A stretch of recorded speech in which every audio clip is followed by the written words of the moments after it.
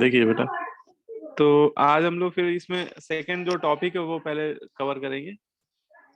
ठीक है, इसमें जो सेकंड टॉपिक है वो आपका है रेजोनेंस। ठीक है, सेकंड टॉपिक जो है वो आपका है रेजोनेंस। तो पहले हम लोग रेजोनेंस को थोड़ा समझ लेते हैं अच्छे से। वैसे तो हम लोग ने थोड़ा रेजोनेंस के बारे में केमिकल बॉन्डिंग में भी पढ़ा हुआ है ना। लेकिन यहाँ पे थोड़ा सा डिटेल में अब हम लोग पढ़ेंगे। ठीक है, मतलब रेजोनेंस के टाइप जो है वो हम लोग डिटेल में पढ़ेंगे कि रेजोनेंस के कितने टाइप होते हैं, और उसमें उनकी जो स्टेबिलिटी ऑर्डर होते हैं, मतलब रेजोनेटिक स्ट्रक्चर्स के बीच में जो स्टेबिलिटी ऑर्डर हम लोग डिटरमाइन करते हैं, तो वो कैसे डिटरमाइन करते हैं। ठीक है, तो इसमें देखो रेजोनेंस को सबसे पहले डिफाइन किया हुआ है। रेजोनेंस की बेसिक डिफिनेशन यही है, delocalisation of pi electron in a conjugated system. तो किसी भी बेटा कॉन्जुगेटेड सिस्टम में, किसी भी कॉन्जुगेटेड सिस्टम में पाई इलेक्ट्रॉन का जो डीलोकलाइजेशन होता है, ठीक है, पाई इलेक्ट्रॉन जब डीलोकलाइज करने लगते हैं, तो इसी फिनोमिनन को हम लोग क्या बोलते हैं, रेजोनेंस बोलते हैं।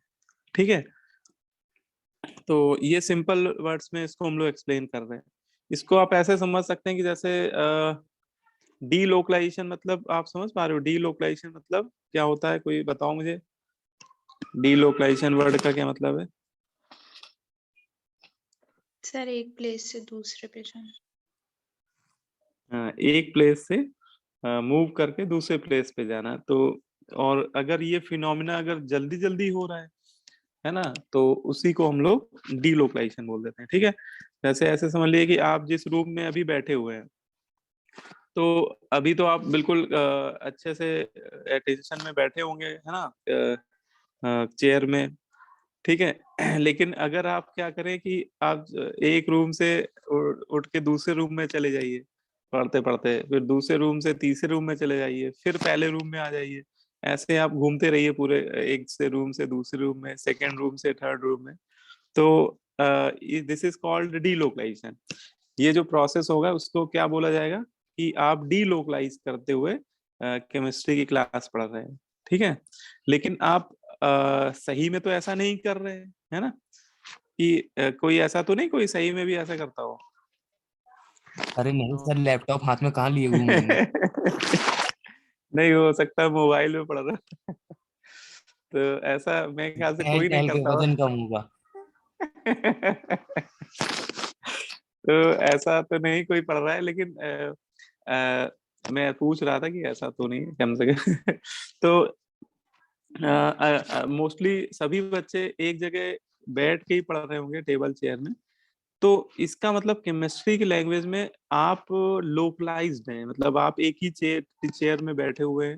मान लो 1 घंटे क्लास चल रही है, 1.5 घंटे क्लास चल रही है, तो आप एक ही जगह बैठे हुए हैं, मीन्स आप आप सॉरी लोकलाइज्ड है। लेकिन आप अपनी पोजीशन बदल रहे हैं, मतलब आप डीलोकलाइज हो रहे हैं। तो ऐसे ही यहाँ पर पाई इलेक्ट्रॉन की बात हो रही है ना। तो अगर किसी कॉन्जुगेटेड सिस्टम में पाई इलेक्ट्रॉन अपनी पोजीशन जल्दी जल्दी बदलने लगता है ना, एक प्लेस से दूसरे प्लेस की तरफ मूव करने लगता है, तो इसी फिनोमेना को रेजोनेंस कहते हैं। ठीक है, अब इसमें जो बेसिक बातें हैं वो तो हम लोग काफी कुछ केमिकल बॉन्डिंग में वैसे तो कर चुके हैं। ठीक है, ये देखो डिफिनेशन लिखी हुई है रेजोनेंस की, एक बार इसको जल्दी से रीड कर लेते हैं। रेजोनेंस की बेसिक डिफिनेशन क्या रही, when two or more structures that differ only in distribution of electron can be written for a molecule. देखो ये पूरी कहानी का मैं आपको सारांश बता देता हूँ, है ना। ऐसे पढ़ोगे तो बड़ी बोरियत होगी आप लोगों को। देखो मैं आपको सीधे बताता हूँ कि जिन मॉलिक्यूल में बेटा रेजोनेंस होता है, उनको किसी एक सिंगल लुईस स्ट्रक्चर के थ्रू उन मॉलिक्यूल की जो प्रॉपर्टीज हैं उनको एक्सप्लेन नहीं कर सकते हम लोग। ठीक है, और ऐसे मॉलिक्यूल की जो प्रॉपर्टीज है उनको कम्प्लीटली एक्सप्लेन करने के लिए आपको दो या दो से ज्यादा लुईस स्ट्रक्चर की हेल्प लेनी होती है। ठीक है, और वो जो दो या दो से ज्यादा लुईस स्ट्रक्चर की हम लोग हेल्प लेकर उस मॉलिक्यूल की प्रॉपर्टी को एक्सप्लेन करते हैं, उन मॉलिक्यूल्स को हम लोग नाम देते हैं, उन स्ट्रक्चर्स को हम लोग नाम देते हैं रेजोनेटिंग स्ट्रक्चर। ठीक है, या उनको हम लोग कॉन्ट्रीब्यूटिंग स्ट्रक्चर भी बोलते हैं। या उनको हम लोग कैनोनिकल स्ट्रक्चर भी बोलते हैं। ठीक है ना। तो जिन भी मॉलिक्यूल में बेटा डीलोकलाइजेशन होता है, उनके उनकी जितनी भी प्रॉपर्टीज हैं उनको एक सिंगल लुईस स्ट्रक्चर की हेल्प से एक्सप्लेन कर पाना पॉसिबल नहीं होता है। उनकी प्रॉपर्टीज को एक्सप्लेन करने के लिए आपको दो या दो से ज्यादा स्ट्रक्चर की हेल्प लेनी होती है, और वो इनके अलग अलग नाम दिए गए। सबसे फेमस तो यही है, रेजोनेटिंग स्ट्रक्चर, या इनको कॉन्ट्रीब्यूटिंग या कैनोनिकल भी बोलते हैं। अच्छा, ये बात भी हम लोगों ने बॉन्डिंग में पढ़ा था कि जो रेजोनेटिंग स्ट्रक्चर्स होते हैं वो हाइपोथेटिकल स्ट्रक्चर कंसीडर किए जाते हैं, है ना। हाइपोथेटिकल इन सेंस, किस सेंस में बोल रहे हैं, तो बोलते हैं कि इन स्ट्रक्चर्स को हम लोग किसी भी केमिकल या किसी भी सेपरेशन मेथड के थ्रू इन स्ट्रक्चर्स को आइसोलेट नहीं कर सकते हैं। ये इतनी जल्दी जल्दी एक स्ट्रक्चर दूसरे में और दूसरा तीसरे में कन्वर्ट होते हैं कि इनको हम लोग किसी फिजिकल सेपरेशन टेक्निक से सेपरेट नहीं कर सकते हैं।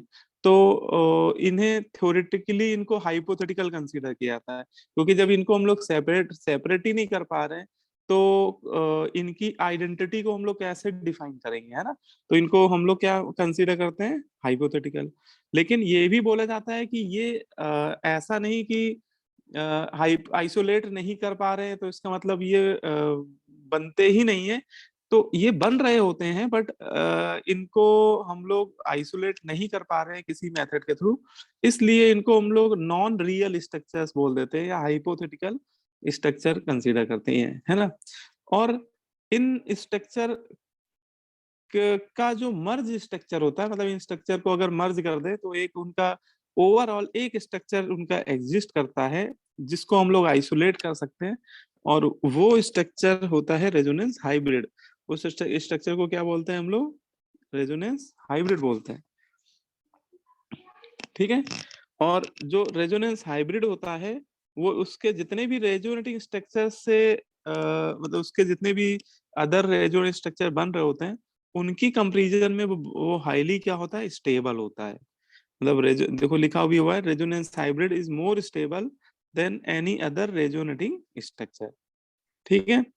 तो थ्योरी में तो हम लोग हर तरह के रेजोनेटिंग स्ट्रक्चर की बात भी करेंगे, कि एक मॉलिक्यूल के जैसे जैसे ये एग्जांपल आपको दिखाया गया है, तो इसका एक रेजोनेटिंग स्ट्रक्चर ये है और एक इसका ये बन रहा है, तो ये दोनों इसके क्या है, रेजोनेटिंग स्ट्रक्चर है। और इनको मर्ज करके ये तीसरा बनाया जा रहा है, इसको हम लोग बोल रहे हैं रेजोनेंस हाइब्रिड, है ना। तो थ्योरी में तो हम लोग रेजोनेंस हाइब्रिड स्ट्रक्चर को एक्सप्लेन करने के लिए उनके रेजोनेटिंग स्ट्रक्चर की हेल्प लिया करेंगे, है ना। मतलब थ्योरी में तो हम लोग रेजोनेटिंग स्ट्रक्चर को भी ड्रॉ किया करेंगे, है ना, क्योंकि बिना उनको ड्रॉ किए रेजोनेंस हाइब्रिड को हम लोग प्रेडिक्ट नहीं कर सकते कि उसका स्ट्रक्चर कैसा होगा। तो हमें रेजोनेटिंग स्ट्रक्चर को भी कंसीडर करना होता है। ठीक है। तो ये बात समझ में आ रही है? Yes. ठीक है। अब ये रेजोनेंस किस तरह के मॉलिक्यूल में होता है, उसमें थोड़ा हम लोग आते हैं कि नेसेसरी कंडीशंस क्या होती है ना रेजोनेंस के लिए, नेसेसरी कंडीशन ऑफ रेजोनेंस। तो इसमें सबसे पहला कंडीशन ये है कि मॉलिक्यूल प्लेनर होना चाहिए। ठीक है, सबसे पहली और सबसे बेसिक कंडीशन यही है कि जो भी मॉलिक्यूल है वो क्या होना चाहिए, प्लेनर होना चाहिए। प्लेनर होने का क्या रीजन है, क्योंकि देखो प्लेनर अगर होंगे तो, और जैसे ये मॉलिक्यूल में आप देखिए, तो ये कार्बन पे आपको ऑर्बिटल दिखाए गए हैं। देखो हर एक कार्बन पे एक एक ऑर्बिटल आपको दिखाया गया है ना। और ये जो ऑर्बिटल है ये आपस में साइड वाइज देखो ऐसे कनेक्ट किए गए हैं, तो ये शो किया जा रहा है कि ये साइड वाइज ओवरलैप कर रहे हैं, और साइड वाइज ओवरलैपिंग की वजह से ही पाई बॉन्ड बन रहा है इनके बीच में, है ना। साइड वाइज ओवरलैपिंग की वजह से ही क्या बन रहा है, पाई बॉन्ड बन रहा है। ठीक है। तो ये जो साइड वाइज ओवरलैपिंग तभी संभव है या तभी पॉसिबल है जब ये पी ऑर्बिटल एक दूसरे के सेम प्लेन पर लाई कर रहे हो। जब तक पी ऑर्बिटल बेटा सेम प्लेन पे नहीं लाई कर रहे होंगे, है ना, प्लेनर नहीं होंगे, तब तक वो ये साइड वाइज ओवरलैपिंग इन ऑर्बिटल के बीच में पॉसिबल ही नहीं है ना। तो जैसे ये पहले कार्बन का पी ऑर्बिटल, ये फर्स्ट कार्बन का जो पी ऑर्बिटल है, ये सेकेंड ऑर्बिटल के साथ ये ओवरलैपिंग कर पा रहा है, तो ये ओवरलैपिंग तभी संभव है जब ये दोनों p ऑर्बिटल क्या हो, सेम प्लेन पे लाई कर रहे हो, है ना, ये पैरेलल p ऑर्बिटल होने चाहिए।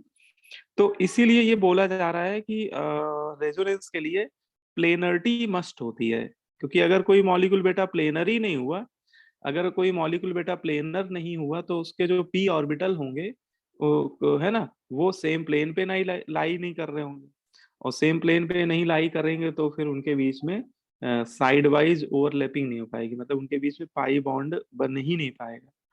तो प्लेनरिटी एक नेसेसरी कंडीशन होती है। अच्छा, ये कैसे देखेंगे कि मॉलिक्यूल प्लेनर है? तो इसके लिए मैंने आपको बताया था कि आप देख लीजिए कि किसी मॉलिक्यूल का कोई एटम अगर sp2 हाइब्रिडाइज है, तो sp2 हाइब्रिडाइज होने की वजह से उसके जो बॉन्ड एंगल होते हैं वो 120 डिग्री पे अरेंज हो जाते हैं, है ना, और उसकी वजह से उसका शेप कैसा हो जाता है, प्लेनर हो जाता है। ठीक है, तो प्लेनरिटी देखने के लिए हम लोग देख लेंगे कि अगर मॉलिक्यूल पे sp2 उनके जितने एटम पे बेटा sp2 हाइब्रिडेशन आ रहा होगा वो सभी क्या हो जाएंगे, प्लेनर हो जाएंगे, है ना, बोलो बात समझ में आ रही? Yes, sir. यस ठीक है, अब इसमें हम लोग, अच्छा तो पहली कंडीशन तो ये हो गई कि मॉलिक्यूल कैसा होना चाहिए, प्लेनर होना चाहिए, ठीक है। लेकिन दूसरी कंडीशन ये है कि उसमें कोई ना कोई एक कॉन्जुगेटेड सिस्टम भी प्रेजेंट होना चाहिए। Molecule must have at least one conjugated system, ठीक है। ये कॉन्जुगेटेड सिस्टम क्या होते हैं, तो ये अलग अलग टाइप के सिस्टम डिफाइन किए जाते हैं, है ना, जिसमें सबसे पहला जो कॉन्जुगेटेड सिस्टम होता है ये होता है पाई पाई कॉन्जुगेशन, है ना। सबसे पहला कॉन्जुगेशन कौन सा होता है, पाई पाई कॉन्जुगेशन। अच्छा, आप लोग ये बताओ कि मैंने जब आप लोग को बॉन्डिंग पढ़ाई थी तो वहां पे मैंने कितने टाइप के कॉन्जुगेटेड सिस्टम बताए थे, याद है किसी को?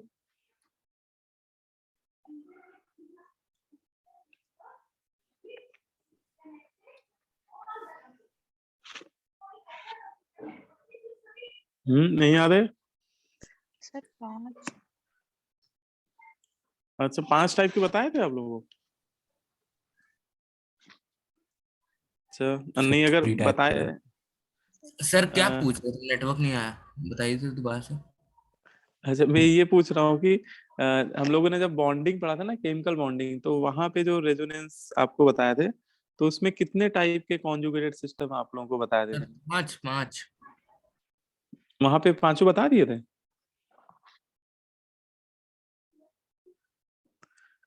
अच्छा चलो ठीक है, अगर मान लो पांचों बता दिए थे तो आप लोग का रिवीजन ही हो जाएगा, है ना, क्योंकि टोटल 5 ही टाइप के होते ही हैं कॉन्जुगेट सिस्टम।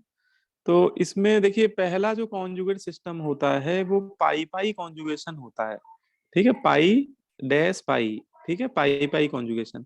इसका क्या मतलब है पाई पाई कॉन्जुगेशन का, या इसको हम लोग कैसे पहचानेंगे, तो इसमें बोलते हैं कि जब भी किसी मॉलिक्यूल में पाई बॉन्ड अल्टरनेट ऑर्डर में प्रेजेंट हो, किसी भी कंपाउंड या मॉलिक्यूल में अगर पाई बॉन्ड अल्टरनेट ऑर्डर में प्रेजेंट हो, तो ऐसे सिस्टम को हम लोग पाई पाई कॉन्जुगेटेड सिस्टम बोलते हैं, है ना। तो पाई पाई कॉन्जुगेशन कब होता है, if a molecule, if pi bond present in alternate order in a molecule, then this type of system is called pi pi conjugation, ठीक है।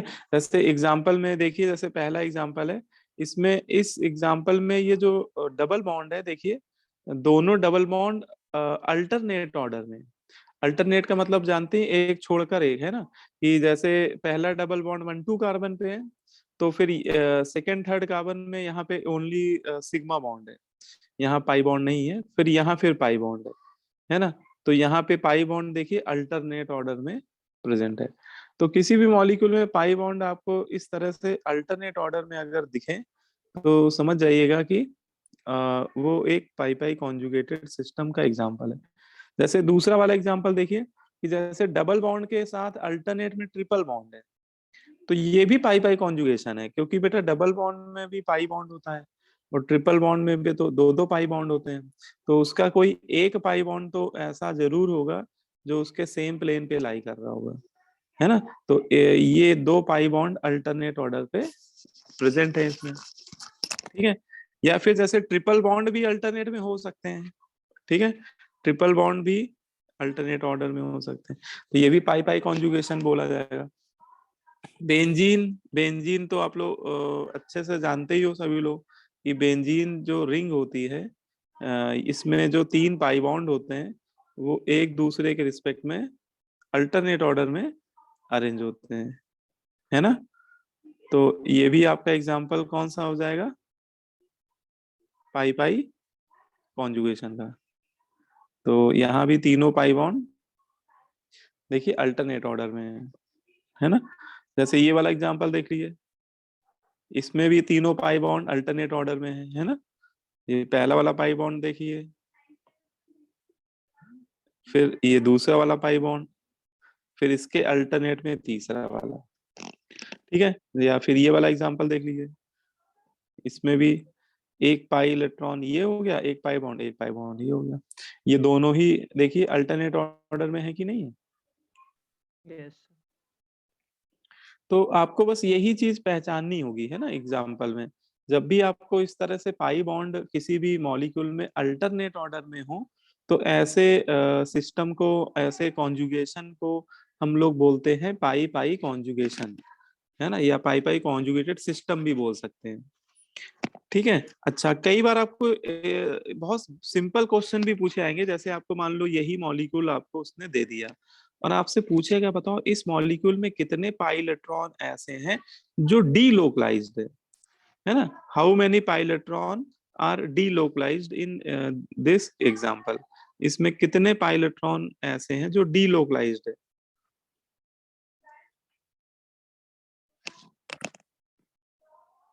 दो पेयर। है ना। तो यहाँ पे 4 पाई इलेक्ट्रॉन है ना, देखो आंसर ऊपर लिखा भी हुआ है 4 पाई इलेक्ट्रॉन डीलोकलाइज्ड है। तो कैसे 4 पाई है इसको भी समझ लेते हैं। देखो एक पाई बॉन्ड में 2 पाई इलेक्ट्रॉन होते हैं, ठीक है। क्योंकि जब भी कोई एक बॉन्ड बनता है तो वो 2 इलेक्ट्रॉनों की शेयरिंग से बनता है। कोवेलेंट बॉन्ड तो आप लोग जानते ही कि 2 इलेक्ट्रॉनों की शेयरिंग से बनता है। तो यहाँ पे जो ये पाई बॉन्ड है इसमें बेटा 2 पाई इलेक्ट्रॉन ये होंगे, और ये जो दूसरा पाई बॉन्ड है यहाँ भी 2 पाई इलेक्ट्रॉन है, और यही डीलोकलाइज कर रहे होंगे। डीलोकलाइज मतलब ये अपनी पोजीशन चेंज कर रहे होंगे, जैसे ये लपक करके इधर आ रहा होगा तो ये झपक करके इधर आ रहा होगा, ठीक है। या फिर उल्टा भी हो सकता है कि ये वाला इधर आ जाए, है ना, मतलब कि ये वाला लपक करके इधर आ जाए और ये वाला झपक करके इधर चला जाए। तो इस पूरे मॉलिक्यूल में देखा जाए तो कितने पाई इलेक्ट्रॉन डीलोकलाइज कर रहे हैं, तो 2 ये वाले हो गए और 2 ये वाले हो गए, टोटल कितने हो गए, 4 हो गए। 4 पाई इलेक्ट्रॉन आर डीलोकलाइज, है ना। इसमें टोटल कितने पाई इलेक्ट्रॉन डीलोकलाइज कर रहे हैं, है ना, डीलोकलाइज कर रहे हैं 4 पाई इलेक्ट्रॉन, ठीक है। आई बात समझ में आ रही यस। यस है ना। अच्छा, एक मुझे चलो ये वाला बताओ, सेकंड वाला जो एग्जांपल है इसमें बेटा कितने पाई इलेक्ट्रॉन डीलोकलाइज कर रहे हैं। 6। 6 6 नहीं, 4 ही कर रहे हैं। 6 कर ला तो आंसर हो जाएगा बेटा। देखो इसमें भी 4 पाई इलेक्ट्रॉन डीलोकलाइज कर रहे हैं, लेकिन ये तो कोई बहुत कॉमन कंफ्यूजन होती है बच्चों के मन में कि जैसे आपको लग रहा होगा सर यहाँ पे 2 पाई इलेक्ट्रॉन है और यहाँ तो बेटा ट्रिपल बॉन्ड में 2 पाई बॉन्ड होते हैं, तो यहाँ पे 1 पाई बॉन्ड में 2 हो गए, 2 पाई बॉन्ड में 4 हो गए, तो आपने टोटल 6 बता दिया इसलिए, है ना। 4 + 2 6, ठीक है। तो देखिए यहाँ पे क्वेश्चन क्या पूछा जा रहा है, इस पे हमें ध्यान रखना है। वो हमसे ये नहीं पूछ रहा है कि इस मॉलिक्यूल में टोटल पाई इलेक्ट्रॉन कितने हैं। अगर हमसे वो ये पूछे कि इस मॉलिक्यूल में टोटल पाई इलेक्ट्रॉन, तब तो आंसर 6 पाई आंसर सही हो जाएगा। लेकिन हमसे वो पूछ रहा है कि कितने पाई इलेक्ट्रॉन डीलोकलाइज है, तो डीलोकलाइज पाई इलेक्ट्रॉन अभी भी 4 है। अच्छा, आपको लगे सर ये कैसे हो रहा है, इसमें तो 4 है, लेकिन देखो यहाँ पे समझने वाली बात है। देखो ये वाला जो पाई बॉन्ड है ना, इसको आप ऐसे समझो, थोड़ा सा आपको मैं डायग्राम से बताना चाहता हूँ। तो डायग्राम जब आप समझोगे तो आपको मजा आएगा कि हो क्या रहा है ये। देखो इसको आप बड़े अच्छे समझो भाई, ये बड़ी काम की चीज है भाई। ये देखो, जैसे ये स्ट्रक्चर आपको दिया हुआ है और आपसे पूछ रहा है कि बताओ कि इसमें कितने पायलट्रॉन डिलोकलाइज है। तो देखो आपने 6 बताया, बट 6 आंसर गड़बड़ हो रहा है। क्यों गड़बड़ हो रहा है? इसमें आप मान लो कि जो ये सिग्मा बॉन्ड बन रहे हैं, ये जितने भी सिग्मा बॉन्ड बन रहे हैं, तो सिग्मा बॉन्ड बेटा जेड एक्सिस के लॉन्ग बन रहे हैं। आप मान लो कि इंटर न्यूक्लियर एक्सिस कौन सी है? जेड एक्सिस है ना। ज्यादातर हम लोग केमिकल बॉन्डिंग में inter nuclear axis JD axis तो मानते हैं, Yes, sir. है ना। तो आप पहले एज्यूम कर लो कि ये जो चारों, ये जो कार्बन कार्बन सिग्मा बॉन्ड बन रहे हैं वो जेड एक्सिस के लॉन्ग बन रहे हैं। अब देखो, अब इस कार्बन पे हाइब्रिडाइजेशन देखो क्या है, sp2 है। इस पे हाइब्रिडेशन देखो क्या है, sp2 है ना। इसका मतलब आप समझ पा रहे हो, sp2 का मतलब यहाँ पे क्या है कि इस कार्बन के पास देखा जाए तो ये होता है ना 2s2 2p2 कार्बन का इलेक्ट्रॉनिक कॉन्फ़िगरेशन ग्राउंड स्टेट में। लेकिन एक्साइटेड स्टेट में क्या होता है, एक इलेक्ट्रॉन जंप कर जाता है ना। तो ये बन जाता है इस तरह से। अब sp2 का मतलब ये है कि इसका एक s ऑर्बिटल और 2 p ऑर्बिटल आपस में क्या कर गए, हाइब्रिडाइज हो गए। ठीक है, sp2 हाइब्रिडाइजेशन मतलब आप समझ रहे हो कि इस कार्बन एटम के और इस कार्बन एटम के दोनों के साथ एक ही कहानी है कि s ऑर्बिटल और 2 p ऑर्बिटल हाइब्रिडाइज हो गए। और हाइब्रिडाइज ऑर्बिटल क्या बनाते हैं? Hybridise orbital makes sigma bond. Sigma bond. Hybridise orbital always makes sigma bond. तो ये जो हाइब्रिडाइज ऑर्बिटल है, ये तो बेटा जो ये कार्बन आप देख रहे हो ना जो सिग्मा बॉन्ड बना रहा है, वो इनके हाइब्रिडाइज ऑर्बिटल ही बन रहे हैं। मतलब जैसे ये सिग्मा बॉन्ड बन रहा है ना, तो इसका sp2 और इसका sp2 आपस में हाइब्रिडाइज कर रहा है ना, तब बन रहा है। बात समझ में आ रही है? Yes, sir. तो इसका मतलब ये हाइब्रिडाइज ऑर्बिटल तो इंगेज हो गए सिग्मा बॉन्ड बनाने में। तो ये पाई बॉन्ड कैसे बन रहा होगा? यहाँ तो एक पाई बॉन्ड भी है। तो पाई बॉन्ड बनाते हैं ये जो अनहाइब्रिडाइज पी ऑर्बिटल होते हैं। ये वाला जो एक डब्बा खाली रह गया ना, ये वाला लास्ट में, ये अनहाइब्रिडाइज पी ऑर्बिटल और ये बनाएगा पाई बॉन्ड। ये है अनहाइब्रिडाइज पी ऑर्बिटल और ये यही बनाएगा पाई बॉन्ड। ये अनहाइब्रिडाइज है ना, ये हाइब्रिडाइजेशन में पार्टिसिपेट नहीं कर रहा है। तो unhybridised P orbital makes pi bond. ठीक है, तो इस कार्बन पे एक अनहाइब्रिडाइज पी ऑर्बिटल है, इस कार्बन पे एक अनहाइब्रिडाइज पी ऑर्बिटल है, और ये दोनों के पास एक एक इलेक्ट्रॉन भी है। इलेक्ट्रॉन को मैं क्लाउड के फॉर्म में मान रहा हूँ, ये मैंने शेडो कर दिया। ठीक है, और ये आपस में क्या कर रहे हैं, साइड वाइज ओवरलैपिंग कर रहे हैं। ठीक है, बोलो भाई, है ना। अब ये पी ऑर्बिटल कौन सा होगा अगर इसकी बात करें, तो देखो पी में 3 होते हैं, एक होता है पी एक्स, एक होता है पी वाई, एक होता है पी जेड। लेकिन पहले ही मैंने मान लिया कि जेड एक्सिस क्या है, इंटर न्यूक्लियर एक्सिस। मतलब इन दोनों में कोई एक तो जेड होगा, हाइब्रिडाइज वाला मैंने मान लिया ये जेड है, और ये वाला मैंने मान लिया एक्स है। तो यहाँ पे पी ऑर्बिटल मैंने मान लिया जो अनहाइब्रिडाइज है वो पी वाई है। तो इसका मतलब ये पी वाई और ये पी वाई आपस में ओवरलैप होकर क्या बना रहा है, पाई बॉन्ड, है ना। Yes, sir. तो आप मुझे क्या बता सकते हो कि ये प्लेन कौन सा बन रहा है? मतलब ये पूरा जो प्लेन तैयार हो रहा है, सिग्मा बॉन्ड और पाई बॉन्ड मिला के जो पूरा प्लेन तैयार हो रहा है, ये प्लेन हमारा होगा, क्योंकि ये जेड एक्सिस है और ये पी वाई ओवरलैप कर रहे हैं, ये पी वाई। तो ये पूरा प्लेन होगा वाई जेड प्लेन। ये प्लेन कौन सा होगा, Bisexual. Y Z plane.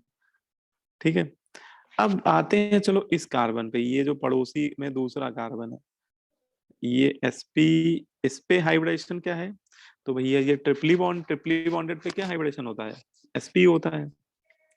तो यहाँ पे सिचुएशन थोड़ी डिफरेंट है। यहाँ पे क्या है कि s ऑर्बिटल का एक और p में जो 3 है ना डब्बे, उसमें एक डब्बा हाइब्रिडाइज हो रहा है।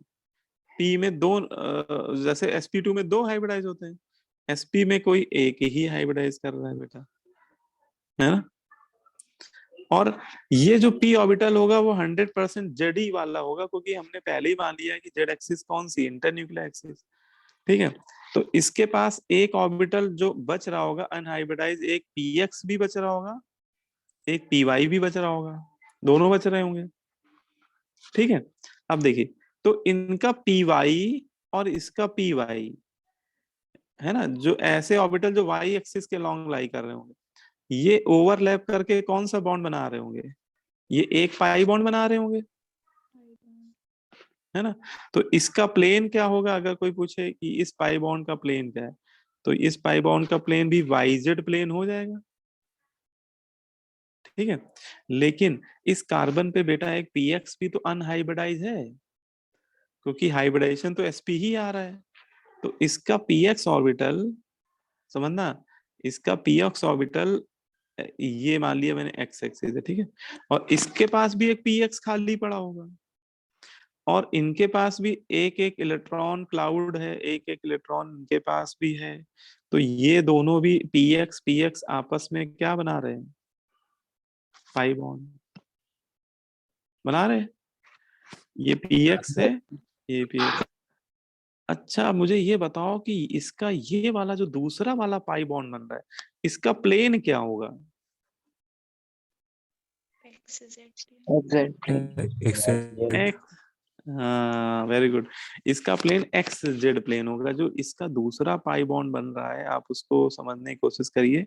इसका जो पहला पाई बॉन्ड बन रहा था ये वाला, देखो इसको मैं डॉटेड कर देता हूँ, पहला पाई बॉन्ड बन रहा था ये वाई जेड प्लेन के लॉन्ग, लेकिन इसका जो दूसरा पाई बॉन्ड बन रहा है वो परपेंडिकुलर प्लेन के लॉन्ग बन रहा है।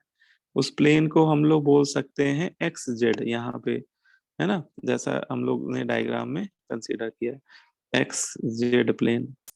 इसका मतलब कि ये जो बेटा दो पाई बॉन्ड हम लोग देख रहे हैं, इसमें एक पाई बॉन्ड जो है वो इस पाई बॉन्ड के साथ तो सेम प्लेन पे लाई कर रहा है ना। देखो इसका एक पाई बॉन्ड ये वाला वाईजेड तो सेम प्लेन पे लाई कर रहा है, लेकिन इस जो ट्रिपल बॉन्ड का दूसरा पाई बॉन्ड है, ट्रिपल बॉन्ड में दो पाई बॉन्ड है ना, तो ट्रिपल बॉन्ड का दूसरा पाई बॉन्ड बन रहा है किस प्लेन के लॉन्ग, एक्स जेड प्लेन के लॉन्ग। और ये बताओ क्या वाई जेड के पैरेलल प्लेन है, एक्स जेड प्लेन तो वाई जेड के बेटा परपेंडिकुलर प्लेन है, और परपेंडिकुलर प्लेन के अबाउट ऑर्बिटल कभी भी डीलोकलाइज नहीं करते हैं, है ना।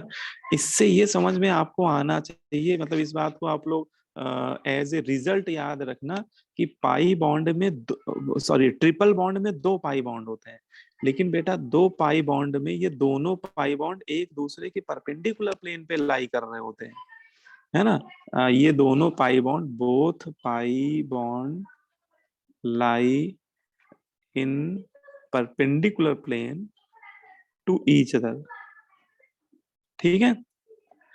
इस वजह से इसका एक पाई बॉन्ड ही इस एक पाई बॉन्ड के साथ डीलोकलाइज करेगा, जो सेम प्लेन पे लाई करेगा वो डीलोकलाइज करेगा, लेकिन जो परपेंडिकुलर प्लेन पे लाई करेगा वो डीलोकलाइज नहीं करेगा। इसका मतलब इसमें कितने पाई इलेक्ट्रॉन डीलोकलाइज कर रहे होंगे, तो इसका दो इलेक्ट्रॉन, इसके दो इलेक्ट्रॉन, तो टोटल चार इलेक्ट्रॉन, 4 पाई इलेक्ट्रॉन ऐसे होंगे जो डीलोकलाइज कर रहे होंगे।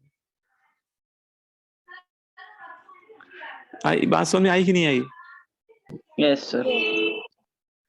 है ना। तो उसको आप लोग ऐसे ध्यान रखना कि देखो ट्रिपल बॉन्ड में भले ही बेटा दो बॉन्ड है पाई बॉन्ड, लेकिन बेटा एक दोनों पाई बॉन्ड परपेंडिकुलर प्लेन पे लाई करते हैं, इसलिए एक पाई बॉन्ड ही उनमें से डीलोकलाइजेशन में पार्टिसिपेट करेगा, दोनों एक साथ नहीं कर सकते, है ना। ये आप सोचो कि ये वाला पाई बॉन्ड भी डीलोकलाइज कर जाए और इसका दूसरा वाला वो भी वो नहीं कर, वो उसके साथ पैरेलल ही नहीं होगा, है ना। पड़ोसी वाले पाई बॉन्ड के साथ पैरेलल भी तो होना जरूरी है ना, मतलब सेम प्लेन पे लाई करना भी जरूरी है, ठीक है। अब जैसे इस एग्जांपल में कोई पूछे कितने पाई इलेक्ट्रॉन डीलोकलाइज कर रहे हैं,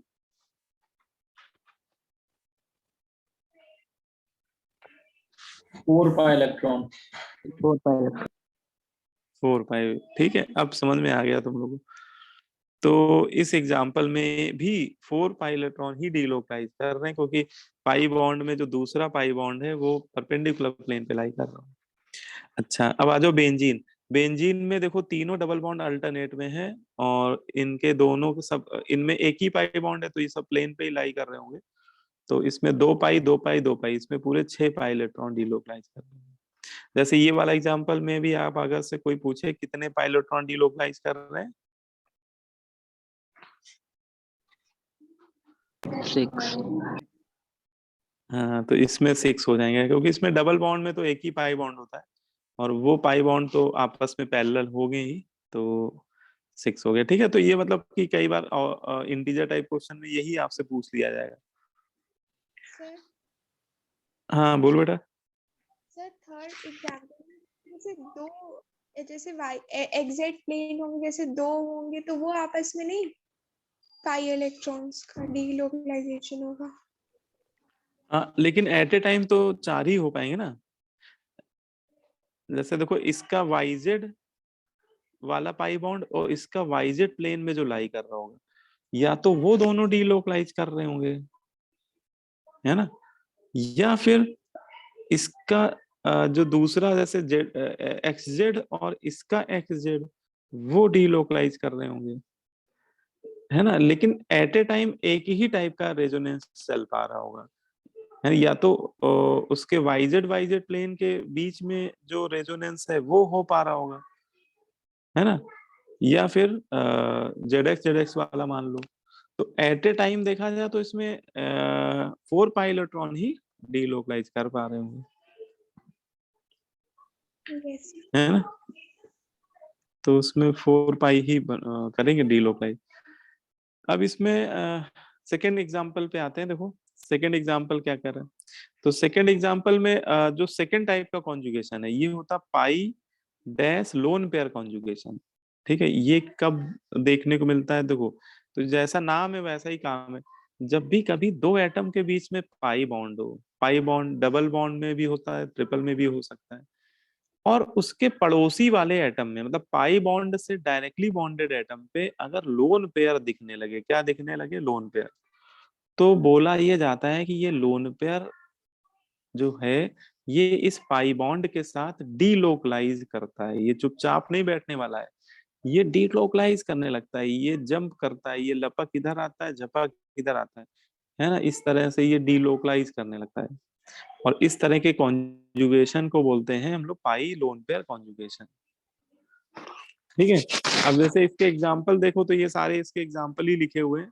जैसे पहला एग्जाम्पल देखिए, तो इसमें कार्बन कार्बन डबल बॉन्ड के साथ NH2 ग्रुप जुड़ा हुआ है, और नाइट्रोजन पे एक लोन पेयर बैठा है ना। तो ये लोन पेयर इस पाई इलेक्ट्रॉन के साथ डीलोकलाइज कर रहा होगा, है ना। कैसे कर रहा होगा कि जैसे ही ये लोन पेयर इधर आ रहा होगा, ये लपक करके इधर जंप कर रहा होगा, तो ये जो पाई इलेक्ट्रॉन आप देख रहे हैं, ये झपक करके इधर थर्ड कार्बन पे जा रहा होगा। ठीक है ना। बोलो, चाहो तो इसका ऐसे रेजोनेटिंग स्ट्रक्चर भी बना सकते हो। जैसे कोई पूछे इसका इसका रेजोनेटिंग स्ट्रक्चर बना के दिखाओ, तो आप लोन पेयर को जम करके इधर ले आओ। ठीक है, तो देखो कार्बन और नाइट्रोजन के बीच में डबल बॉन्ड आ जाएगा। ठीक है, और ये साइमल्टेनियसली ये पाई इलेक्ट्रॉन कार्बन पे आ जाएगा, तो यहाँ निगेटिव चार्ज आ जाएगा। तो इसका रेजोनेटिंग स्ट्रक्चर ये वाला बन जाएगा। ठीक है, और अच्छा ये वाला फिर से इसमें कन्वर्ट हो जाएगा, कि जैसे यहाँ पे निगेटिव चार्ज आया, तो अब ये लपक करेगा, इधर आएगा राइट साइड, और ये पाई इलेक्ट्रॉन नाइट्रोजन पे वापस आ जाएगा, तो वो लोन पेयर में तब्दील हो जाएगा, है ना। देखो ये वाला दोबारा बन जाएगा। तो ये दोनों एक दूसरे में कन्वर्ट होते रहेंगे, इंटर कन्वर्ट होते रहेंगे, और इन्हीं के लिए डबल हेडेड एरो भी यूज करते हैं, है ना, कि पहला दूसरे में जा रहा है, दूसरा पहले में। ऐसे ये वाला एग्जांपल भी है बेटा। इसमें भी देखो पाई इलेक्ट्रॉन जो वो ऑक्सीजन के लोन पेयर के साथ डीलोकलाइज कर रहा है ना, कर रहा है। तो यहाँ पे भी यही वाली सिचुएशन आपको देखने को मिल रही होगी। तीसरी वाला ये वाला एग्जांपल भी देख लो, इसमें क्लोरीन का जो लोन पेयर है वो पाई बॉन्ड के साथ डीलोकलाइज कर रहा है। तो ये सब में एक ही टाइप का रेजोनेंस हो रहा है बेटा। अब जैसे कोई पूछे बताओ इस मॉलिक्यूल में हो रहा है रेजोनेंस पाई लोन पेयर वाला?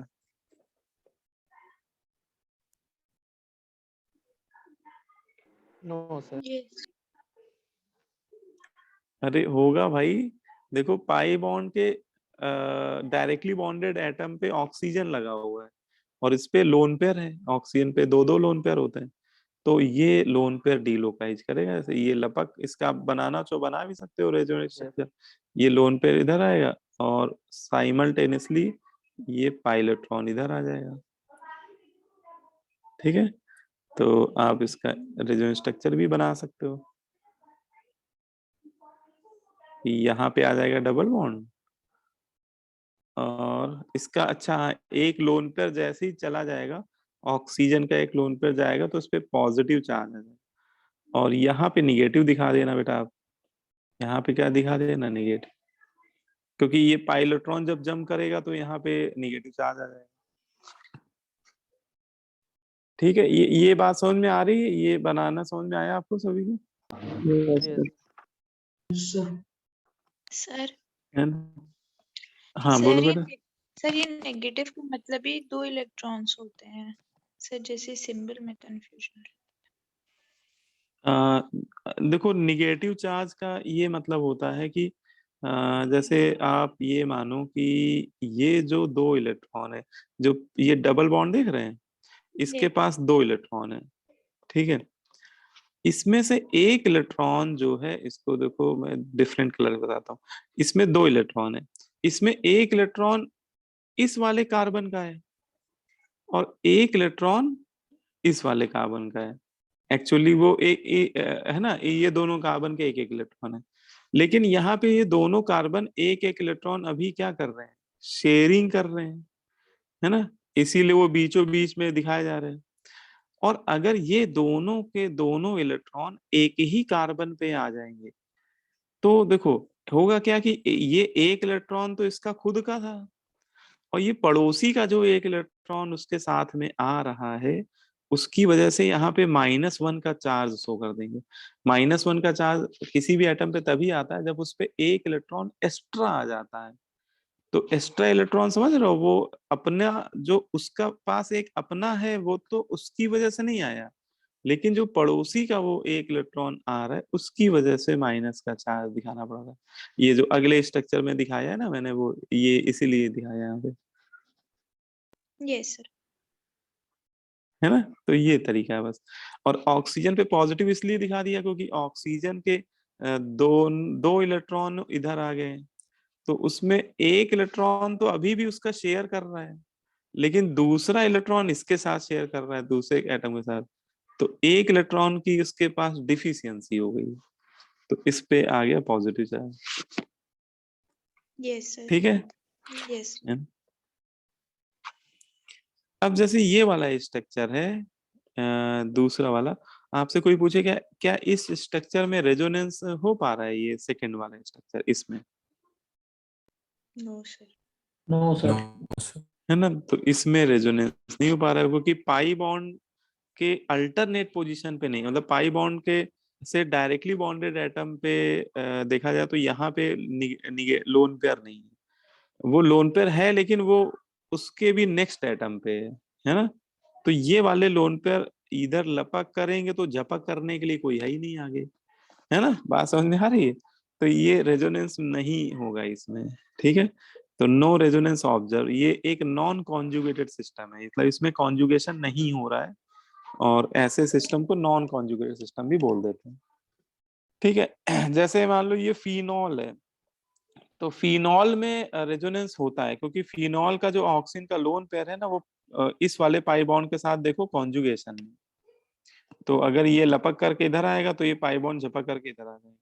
लेकिन जैसे आपको ये स्ट्रक्चर बना के दे दिया गया, तो इसमें कोई पूछे कि लोन पेयर क्या रेजोनेंस में इन्वॉल्व है, ऑक्सीजन का लोन पेयर, तो ऑक्सीजन का लोन पेयर रेजोनेंस में इन्वॉल्व नहीं है क्योंकि यहाँ पे देखो आगे वाले एटम पे केवल सिग्मा बॉन्ड है, यहाँ पाई बॉन्ड ही नहीं है।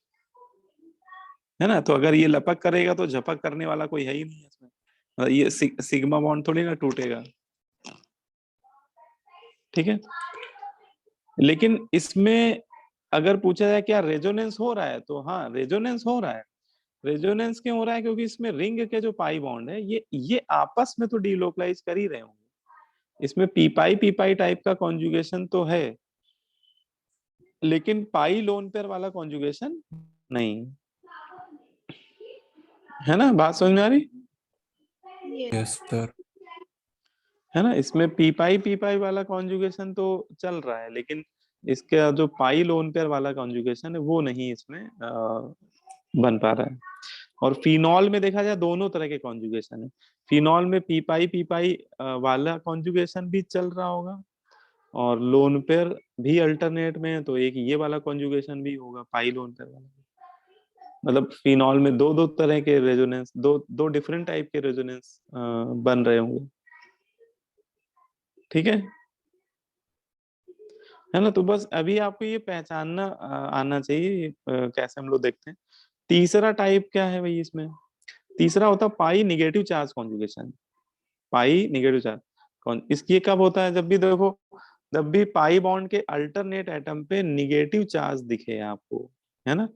तो बेटा बोलते हैं कि जो निगेटिव चार्ज होता है ना, ये भी उस पाई बॉन्ड के साथ लपक झपक करता है। मतलब ये निगेटिव चार्ज इधर आएगा और ये पाई बॉन्ड आगे भागेगा, ठीक है। तो ये अपनी पोजीशन चेंज करते हुए दिखाई देंगे। अच्छा, ये वाला जो एग्जांपल है, ये वाला कॉन्जुगेशन, ये हम लोग इनऑर्गेनिक केमिस्ट्री में पढ़ लेते हैं, केमिकल बॉन्डिंग में। जैसे कार्बोनेट आयन में कोई पूछे किस टाइप का रेजोनेंस है, तो कार्बोनेट आयन में ये पाई निगेटिव चार्ज वाला ही कॉन्जुगेशन है ना। देखो ऑक्सीजन पे जो निगेटिव चार्ज है वो पाई बॉन्ड के साथ कॉन्जुगेशन में इन्वॉल्व है ना। इधर इधर से भी हो सकता है, लेफ्ट वाले कार्बन की तरफ से भी हो सकता है। सल्फेट आयन में भी रेजोनेंस हो रहा है बेटो, है ना। इसमें भी क्लोरेट आयन में भी है। तो इनऑर्गेनिक मॉलिक्यूल में आपने देखे होंगे कि कई सारे एग्जांपल हम लोग केमिकल बॉन्डिंग में भी पढ़े थे, तो उसमें ये वाला कॉन्जुगेशन आपको मैक्सिमम केस में देखने को मिलेगा। अच्छा, ये ऑर्गेनिक में भी होता है, मतलब ऐसा नहीं कि इनऑर्गेनिक में ही होता है। जैसे ये वाला एग्जांपल देखो तो आपको समझ में आ रहा होगा कि इस कार्बन पे निगेटिव चार्ज है और उसके पड़ोस वाले कार्बन पे डबल बॉन्ड है, तो ये लपक करके यहाँ पे आएगा और ये झपक करके आगे भागेगा, है ना। तो इसमें ये कॉन्जुगेशन हो रहा होगा, है ना। बोलो भाई, हो रहा है कॉन्जुगेशन, यस यस है ना। ये वाला भी वही केस है ना। ऑक्सीजन पे निगेटिव चार्ज है और पड़ोस पे पाई बॉन्ड है, तो ये निगेटिव चार्ज लपक करके यहाँ पे आएगा, तो ये आगे मूव कर जाएगा, ठीक है। लेकिन जैसे आपको ये एग्जांपल दे दिया गया, तो क्या इसमें निगेटिव चार्ज है कॉन्जुगेशन में पाई इलेक्ट्रॉन के साथ, नो सर। है ना। तो इसमें नहीं है, क्योंकि ये निगेटिव चार्ज इस पाई बॉन्ड के साथ अल्टरनेट पोजीशन में नहीं है ना। इसमें देखो बीच में दो बार लगातार सिग्मा बॉन्ड आ गया, यहाँ भी सिग्मा, यहाँ भी सिग्मा, है ना। तो लगातार दो बार सिग्मा आने की वजह से वो कॉन्जुगेशन यहाँ नहीं बन पा रहा है। तो इस एग्जाम्पल में बोला गया है कि नॉट ए कॉन्जुगेट सिस्टम, ये कॉन्जुगेटेड सिस्टम नहीं है, इसमें रेजोनेंस नहीं ऑब्जर्व हो रहा है। सर हाँ बोलो बेटा। सर वो ऊपर वाले में सर 8 पाई इलेक्ट्रॉन कैसे डिलोकलाइज हो रहा है? हाँ देखो, ये सल्फेट आयन का एग्जाम्पल लिया है। तो सल्फेट आयन में अगर आप देखें तो पूरे मॉलिक्यूल में अगर कोई पूछे कितने पाइलेट्रॉन डीलोकलाइज हो रहे हैं, तो वो आंसर 8 पाइलेट्रॉन। देखो कैसे है, तो ये वाला जो कॉन्जुगेशन होता है ना, ये वाला कॉन्जुगेशन, इसमें जब निगेटिव, अच्छा ये बात, ये कॉन्जुगेशन थर्ड वाले में भी यही कॉन्सेप्ट लगता है, और सेकंड वाले में भी यही कॉन्सेप्ट लगता है, लोन पेयर पाई कॉन्जुगेशन में, और ये वाला जो थर्ड वाला पढ़ रहे हैं, इन दोनों में एक बात कॉमन है। क्या कॉमन है, देखो उसको समझिए कि जैसे मान लो ये एग्जांपल दिया था सबसे शुरुआत में मैंने, और आपसे मैं पूछता कि बताओ इसमें कितने पाई इलेक्ट्रॉन डीलोकलाइज कर रहे हैं इस स्ट्रक्चर में, तो आपका आंसर क्या होता है।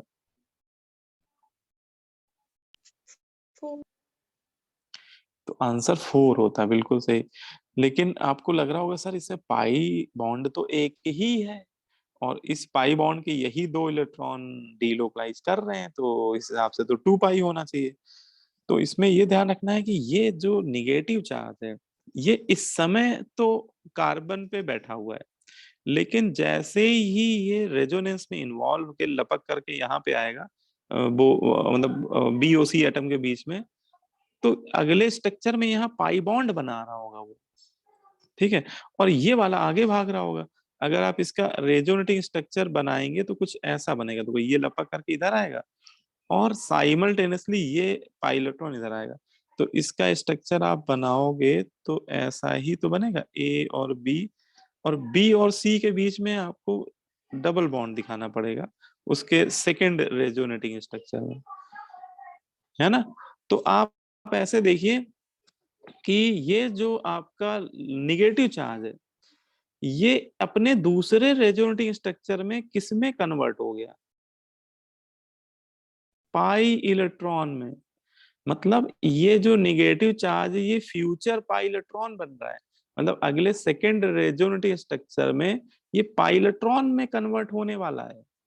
बोलो भाई, इसका मतलब ये 2 इलेक्ट्रॉन भी हम लोग काउंट कर लेंगे किसमें, डीलोकलाइज पाई इलेक्ट्रॉन में, है ना। ये वाले तो 2 पाई कर ही रहे हैं डीलोकलाइज, और ये वाला जो निगेटिव चार्ज है ये अगले स्ट्रक्चर में पाई बॉन्ड बना रहा है ना। तो ये इलेक्ट्रॉन भी पाई इलेक्ट्रॉन में काउंट कर लिए जाते हैं। इस हिसाब से इसमें देखा जाए तो 4 पाई इलेक्ट्रॉन डीलोकलाइज हुए।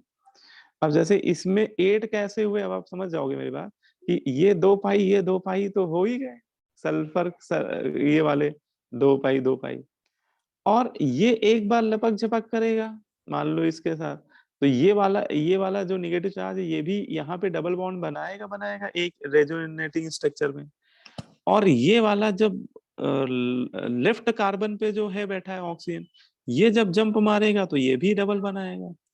तो ये फ्यूचर में डबल बॉन्ड बनाने वाले हैं, मतलब इनके नेक्स्ट स्ट्रक्चर में डबल बॉन्ड बनाएंगे, इसलिए इनको भी काउंट कर लेते हैं कि ये 2 पाई, ये 2 पाई, ये 2 पाई, ये 2 पाई, तो टोटल कितने हो गए, 8 पाई इलेक्ट्रॉन डीलोकलाइज करेंगे, ठीक है।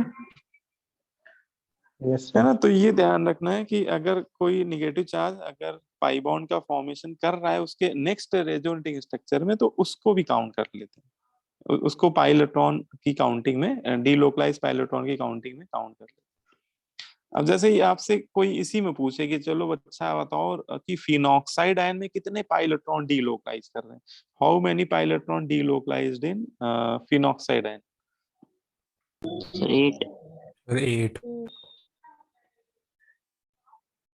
है ना, बिल्कुल सही, है ना। तो ऐसे आपको simple question integer type question में पूछे जाएंगे, तो इसमें आप बिल्कुल आसानी से बता सकते हैं कि इसमें 2 पाई 2 पाई 2 पाई 6 पाई तो हमें दिख ही रहे हैं, और ये जो ऑक्सीजन का निगेटिव चार्ज है ये भी जंप मारेगा तो भैया ये भी पाई बॉन्ड बनाएगा उसके नेक्स्ट रेजोनेटिंग स्ट्रक्चर में, तो ये वाले भी 2 ऐड कर लो, तो टोटल हो गए 8 पाई, ठीक है ना। तो इसका आंसर क्या हो गया, 8 हो गया।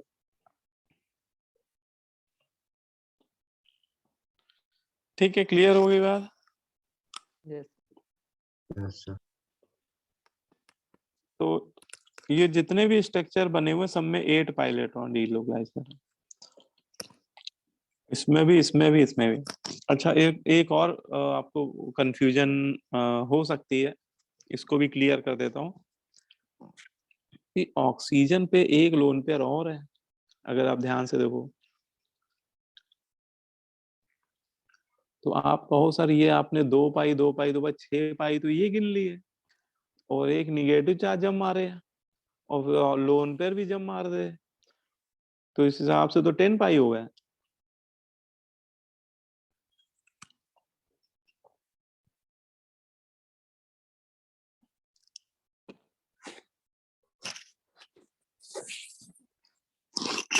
तो 10 पाई क्यों नहीं दे रहे हम लोग आंसर, और ये डाउट आएगा जरूर, अभी नहीं आ रहा है तो जब दोबारा पढ़ोगे तब आएगा डाउट, इसको क्लियर जरूर कर लो। क्योंकि वो लोन पे जंप हो पाएगा एक बार। हाँ, एक बार में ये अभी सभी लोग बेटा ध्यान रखना कि अगर किसी हेट्रो एटम पे दो लोन पेयर है, जैसे ऑक्सीजन पे आप देखोगे कि जब भी ऑक्सीजन दो बॉन्ड बना रहा होगा तो उस पे दो लोन पेयर भी दिखेंगे आपको। हाँ, सल्फर पे भी दिख सकता है, दो, कोई सल्फर ऑक्सीजन सेम फैमिली के। हेलोजन पे तो भैया तीन तीन लोन पेयर दिखेंगे आपको। तो कभी ये गलती मत करना कि आप दोनों दोनों के दोनों लोन पेयर को डीलोकलाइज्ड लोन पेयर में काउंट कर ले, तो गड़बड़ हो जाएगा। उसका रीजन ये है कि देखो जब जैसे ही एक जंप करेगा तो ऑक्सीजन पे +1 का चार्ज आएगा, है ना, और जैसे ही दूसरा जंप करेगा तो ऑक्सीजन पे डबल प्लस का चार्ज आएगा। और ऑक्सीजन जैसे इतने स्ट्रॉन्ग इलेक्ट्रोनेगेटिव एटम पे डबल पॉजिटिव चार्ज जो होता है, फॉर्मल चार्ज, वो हाईली अनस्टेबल होता है। ऑक्सीजन पे सिंगल पॉजिटिव चार्ज ही बहुत अनस्टेबल होता है, तो 2 यूनिट का पॉजिटिव चार्ज नहीं आएगा कभी भी, है ना। इसको एक तो ऐसे एक्सप्लेन किया जाता है, दूसरा एक तरीका ये भी होता है कि यार चलो ये आप एक लोन पे जम कराओगे तो ये वाला पाई बॉन्ड आगे भाग जाएगा, है ना। लेकिन जब दूसरा लोन पे जम मारेगा तो आगे भागने के लिए कोई है नहीं, उससे क्या होगा, कार्बन का ऑक्टेट एक्सपेंड हो जाएगा, कार्बन के 5 बॉन्ड बनने लगेंगे।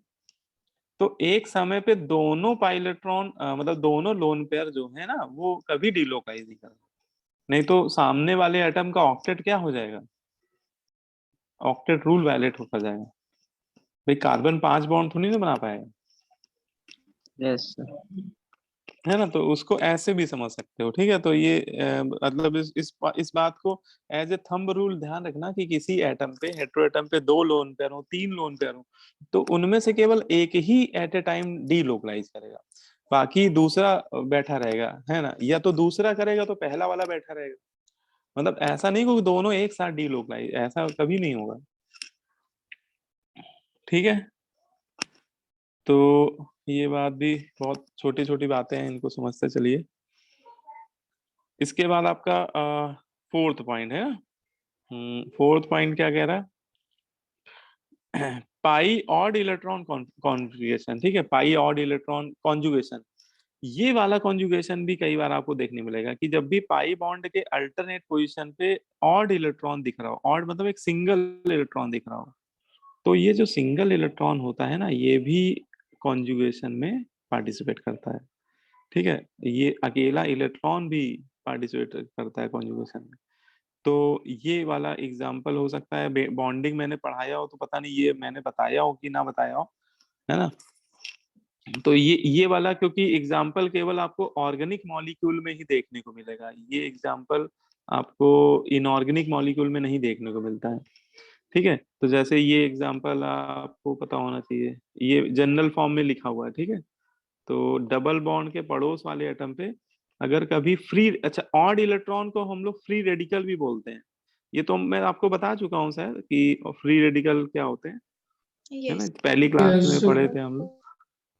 हाँ, तो ऑड इलेक्ट्रॉन को इंटरमीडिएट के फॉर्म में फ्री रेडिकल बोलते हैं। इसका मतलब फ्री रेडिकल भी डीलोकलाइज करते हैं।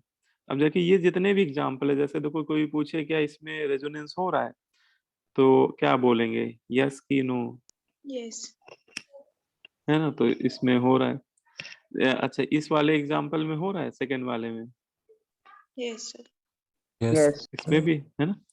बस शर्त ये कि पाई बॉन्ड, जिन दो एटम पे पाई बॉन्ड है उसके पड़ोसी वाले एटम पे ऑड इलेक्ट्रॉन होना चाहिए।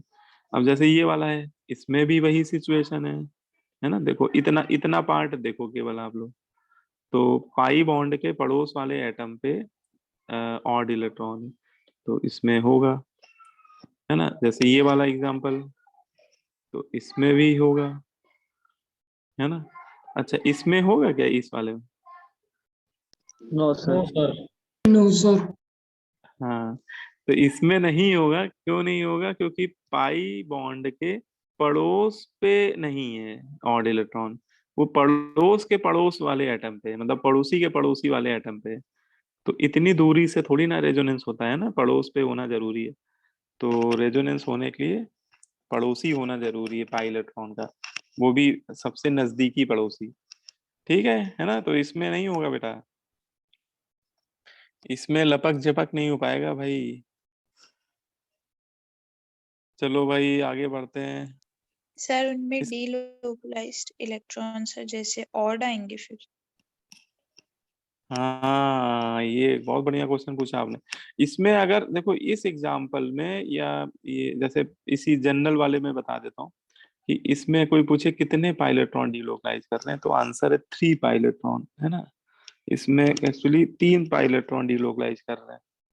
अच्छा, किसी ने मुझसे ये नहीं पूछा कि सर ये रेजोनेंस हो कैसे रहा होगा, मतलब इसको एक्सप्लेन कैसे करें कि इसमें रेजोनेंस हो भी रहा है।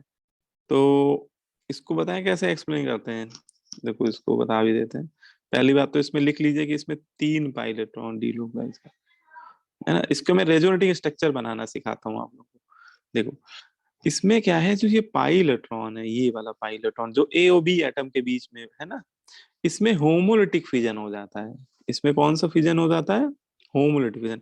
होमोलिटिक फिजन में क्या होता है कि दोनों एटम अपना अपना एक सिंगल इलेक्ट्रॉन लेकर सेपरेट हो जाते हैं, है ना। ये एक इलेक्ट्रॉन लेके भागेगा और ये एक इलेक्ट्रॉन इधर आएगा, ठीक है। और सी एटम का ऑड इलेक्ट्रॉन भी जंप मारेगा। तो देखिए इसका अगला मतलब इसका सेकंड रेजोनेटिंग स्ट्रक्चर ऐसा बनेगा, ए बी सी। अब देखो एक एक ऑड इलेक्ट्रॉन इधर से आया, एक इधर से आया, तो यहाँ पे 2 इलेक्ट्रॉन हो गए। मतलब यहाँ पे कौन सा बॉन्ड बन गया? पाई बॉन्ड बन गया। बी और सी के बीच में पाई बॉन्ड बनने के लिए 2 इलेक्ट्रॉन ही तो चाहिए, ठीक है। यस। और यहाँ पे एक इलेक्ट्रॉन ऑड वाला पहुंच गया, ए एटम पे आप डॉट शो कर दो, ठीक है। तो इस तरह से रेजोनेंस होता है इसमें। और अगर आप इन दोनों स्ट्रक्चर में गौर कीजिए तो टोटल 3 इलेक्ट्रॉन ही डिलोकलाइज कर रहे हैं। तो 2 ये वाले हो गए और एक अकेला ये हो गया का जो सी पे है। तो टोटल आप लिख लीजिए आगे कि कितने पाई इलेक्ट्रॉन डिलोकलाइज कर रहे हैं। 3 पाई इलेक्ट्रॉन डिलोकलाइज्ड, ठीक है। तो आपका कहना बिल्कुल सही है। इस केस में ऑड नंबर में पाई इलेक्ट्रॉन डिलोकलाइज करते हैं इस वाले एग्जांपल में। इसमें जितने भी एग्जांपल है इसमें आप काउंट करो, इसमें भी 3 पाई इलेक्ट्रॉन डिलोकलाइज करेंगे, इसमें भी 3 पाई, इसमें ज्यादा करेंगे। इसमें बताओ कितने पाई इलेक्ट्रॉन करेंगे डिलोकलाइज? 7। 7. इसमें 7 कर जाएंगे, बिल्कुल सही को। 6 तो यही हो गए और एक ये से 7 हो जाए, है ना। तो ऐसे आप लोग बता देंगे इसमें। अब इसमें जैसे नेक्स्ट वाला एग्जांपल है, इसमें पाई पॉजिटिव चार्ज कॉन्जुगेशन। पाई पॉजिटिव चार्ज कॉन्जुगेशन ये भी एक तरह का कॉन्जुगेशन होता है। ये कब होता है? जब पाई बॉन्ड के पड़ोस वाले एटम पे पॉजिटिव चार्ज दिखने लगे। कौन सा चार्ज दिखने लगे? Positive charge. तो बेटा वो जो पॉजिटिव चार्ज आपको दिख रहा है ये भी रेजोनेंस में इन्वॉल्व हो जाएगा, है ना। ये पॉजिटिव चार्ज भी पार्टिसिपेट करेगा रेजोनेंस में। तो ये भी एक इम्पॉर्टेंट केस माना जाता है, ठीक है। इसमें कैसे होगा रेजोनेंस? तो देखो इसमें शुरुआत करेगा पाई बॉन्ड। इसमें स्टार्टिंग कौन करेगा? Pi bond. ये पाई बॉन्ड ए और बी वाले एटम के बीच में जो है ये जंप करके बी और सी के बीच में शिफ्ट हो जाएगा। तो ऐसा होने पे क्या होगा? बी और सी के बीच में बन जाएगा पाई बॉन्ड और इसका ऑक्टेट हो जाएगा कंप्लीट, क्योंकि इस पे 2 इलेक्ट्रॉन की डिफिशियंसी है, 2 इलेक्ट्रॉन उसको मिल गए शेयरिंग से। लेकिन भैया जो ए एटम है इसकी दुनिया लूट जाएगी। इसके जो 2 इलेक्ट्रॉन थे शेयरिंग के वो तो चले गए। तो ए एटम पे कौन सा चार्ज आ जाएगा? पॉजिटिव चार्ज, है ना। ए एटम के जो 2 पाई इलेक्ट्रॉन जो पहले शेयर्ड थे, अब वो इस स्ट्रक्चर में देखो तो 2 इलेक्ट्रॉन की डिफिशियंसी हो गई, है ना। बोलो भाई, यस। Yes, sir. है ना। अच्छा 2 इलेक्ट्रॉन की डिफिशियंसी हुई तो इस पे 2 यूनिट का आना चाहिए पॉजिटिव चार्ज। इसमें तो हम लोगों ने एक ही यूनिट का दिखाया, है ना। तो दो दो इलेक्ट्रॉन में ए एटम का तो एक ही इलेक्ट्रॉन गया ना। मतलब इन 2 इलेक्ट्रॉन में ए एटम का तो एक ही इलेक्ट्रॉन होगा, है ना, एक तो बी का है उसमें, तो बी का इलेक्ट्रॉन के जाने का उसको गम नहीं है, उसका अपना इलेक्ट्रॉन गया ना, इसलिए उस पे क्या है, उसका अपना एक इलेक्ट्रॉन जा रहा है ना, तो इसलिए उसके +1 का ही चार्ज आएगा। ठीक है, यस सर। ये जितने भी एग्जाम्पल हैं देखिए, जैसे ये वाला एग्जाम्पल, तो इसमें भी हो रहा है कॉन्जुगेशन, पाई, इसमें पाई इलेक्ट्रॉन जो है पॉजिटिव चार्ज के साथ कॉन्जुगेशन में। इस वाले एग्जाम्पल में भी देख सकते हैं आप कि इतना पोर्शन अगर आप देखें तो पाई इलेक्ट्रॉन पॉजिटिव चार्ज के साथ कॉन्जुगेशन में है। इसमें ये पाई बॉन्ड भी इस पॉजिटिव चार्ज के साथ कॉन्जुगेशन में है, और अगर इधर से देखो तो यहाँ से भी वही कहानी लग रही है ना, तो यहाँ पे पॉजिटिव चार्ज दोनों पाई बॉन्ड के साथ कॉन्जुगेशन में, यहाँ पे भी पॉजिटिव चार्ज तीनों पाई बॉन्ड के साथ कॉन्जुगेशन में। ठीक है, तो ये आपको सर सभी को समझ में आना चाहिए। इलेक्ट्रॉन। हाँ, इसमें डीलोकलाइज इलेक्ट्रॉन आपको अगर देखने, तो जैसे ये पहला वाला एग्जांपल है, तो इसमें देखो 2 ही पाई इलेक्ट्रॉन डीलोकलाइज कर रहे हैं पूरे स्ट्रक्चर में, है ना, क्योंकि पॉजिटिव चार्ज का मतलब तो इलेक्ट्रॉन डिफिशियंसी होती है, इसके ये जो सी एटम, इसका तो कोई इलेक्ट्रॉन डीलोकलाइज कर ही नहीं रहा है।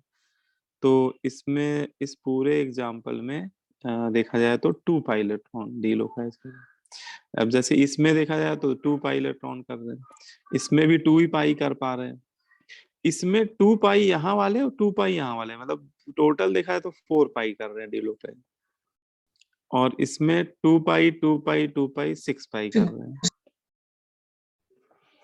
है ना। तो इसमें इस तरह से काउंटिंग कर सकते हैं हम लोग, है ना। ठीक है, क्लियर है। Yes sir.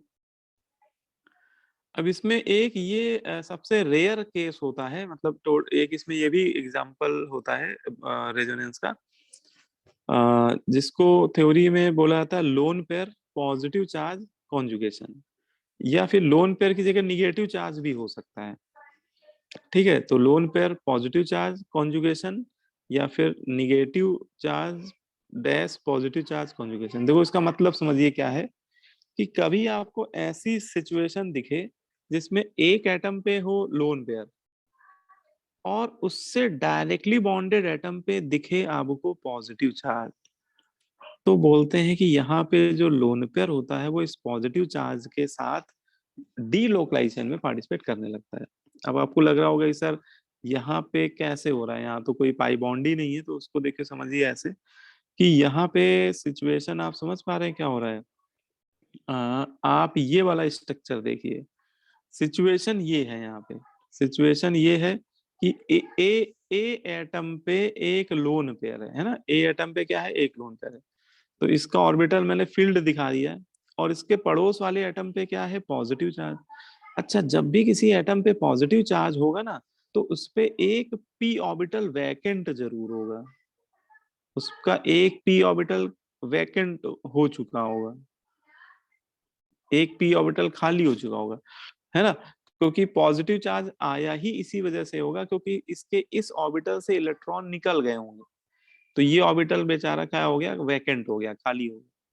तो अगर किसी एटम पे बेटा पॉजिटिव चार्ज होता है तो उसका मतलब होता है कि उस एटम पे एक क्या खाली है, एक क्या वैकेंट है, एक वैकेंट पी ऑर्बिटल उसके पास पड़ा हुआ है। ठीक है, अगर किसी एटम पे पॉजिटिव चार्ज है मतलब एक कमरा खाली है, उसके पास एक पी ऑर्बिटल खाली पड़ा हुआ है। अब पड़ोसी वाले के पास क्या है, पड़ोसी वाले एटम पास है निगेटिव चार्ज, वो देख रहा है कि बगल वाले एटम का कमरा क्या है, खाली है, तो ये अपना लोन पेयर डेंसिटी इसके वैकेंट ऑर्बिटल के साथ क्या करेगा, डीलोकलाइज करने लगेगा, मतलब ये ऑर्बिटल आपस में शेयरिंग करने लगेंगे, है ना। और लेकिन ये शेयरिंग परमानेंट नहीं होती है, ये शेयरिंग परमानेंट नहीं होती है, ये मोमेंटरी होती है, ये कुछ माइक्रोन सेकंड तक तो होगी शेयरिंग, और ये फिर से बॉन्ड टूट जाएगा, फिर से टूट जाएगा, ये वापस आ जाएंगे इलेक्ट्रॉन इसी ए एटम के पास। ठीक है, फिर ये वापस जाएंगे, फिर पाई बॉन्ड बनाएंगे, फिर ये टूट जाएंगे, है ना। और इसे हम लोग इसे आप लोग बॉन्डिंग चैप्टर में हम लोग पढ़ चुके हैं, इसे हम लोगों ने बैक बॉन्डिंग के नाम से पढ़ा था। ये हम लोग बॉन्डिंग में पढ़ चुके हैं, बैक बॉन्डिंग नाम से, याद आ रहा है यस ना? सर। तो और वहां पे ये शायद मैंने आपको बताया भी था कि बैक बॉन्डिंग एक स्पेशल टाइप का डीलोकलाइजेशन होता है, क्योंकि इसमें बॉन्ड टूट बनता है और टूटता है, फिर बनता है, फिर टूटता है। मतलब जब बनेगा तो वो इस स्ट्रक्चर में कन्वर्ट हो जाएगा, और जब टूटेगा तो वो फिर वापस इस स्ट्रक्चर में कन्वर्ट होगा। पाई बॉन्ड बनेगा तो वो इस स्ट्रक्चर में कन्वर्ट होगा, है ना? बैक बॉन्डिंग टूटेगी तो फिर इस स्ट्रक्चर में। तो ये बहुत जल्दी जल्दी एक दूसरे में डीलोकलाइज होते रहते हैं। तो back bonding is a special case of resonance. Back bonding जो होती है वो एक स्पेशल टाइप की क्या होती है, रेजोनेंस। और यहाँ पे इसका पी ऑर्बिटल इसके पी ऑर्बिटल के साथ बना रहा है बैक बॉन्ड, तो इसको हम लोग पी पाई बैक बॉन्डिंग कह देते हैं। वैसे भी देखो कार्बन के पास पी ही ऑर्बिटल होता है, तो कार्बन कभी भी बैक बॉन्डिंग बनाएगा तो पी पाई बनाएगा। कार्बन कभी पी पाई डी पाई नहीं बना पाए, क्योंकि कार्बन के बाद डी ऑर्बिटल होते ही नहीं, कार्बन सेकेंड पीरियड एलिमेंट है ना बेटा। तो कार्बन में जो बैक बॉन्डिंग होती है ना, ऑर्गेनिक मॉलिक्यूल में बैक बॉन्डिंग हमेशा आप देखोगे तो पी पाई वाली ही होती है, ठीक है? तो ये भी एक सिचुएशन है ना? जैसे आपको कई बार देखो, एक ये ऑब्जेक्टिव क्वेश्चन मैंने लिया है, इसमें मैंने आपको 4 अलग अलग ऑप्शन में आपको 4 डिफरेंट स्ट्रक्चर दिखाए हैं, और आपसे पूछा जा रहा है कि इसमें पता क्वेश्चन क्या है। क्वेश्चन बस इतना है कि which of the following shows delocalisation of electron, मतलब इसमें किसमें डीलोकलाइजेशन हो रहा है ना? लिख देता हूँ क्वेश्चन क्या है। विच ऑफ द फॉलोइंग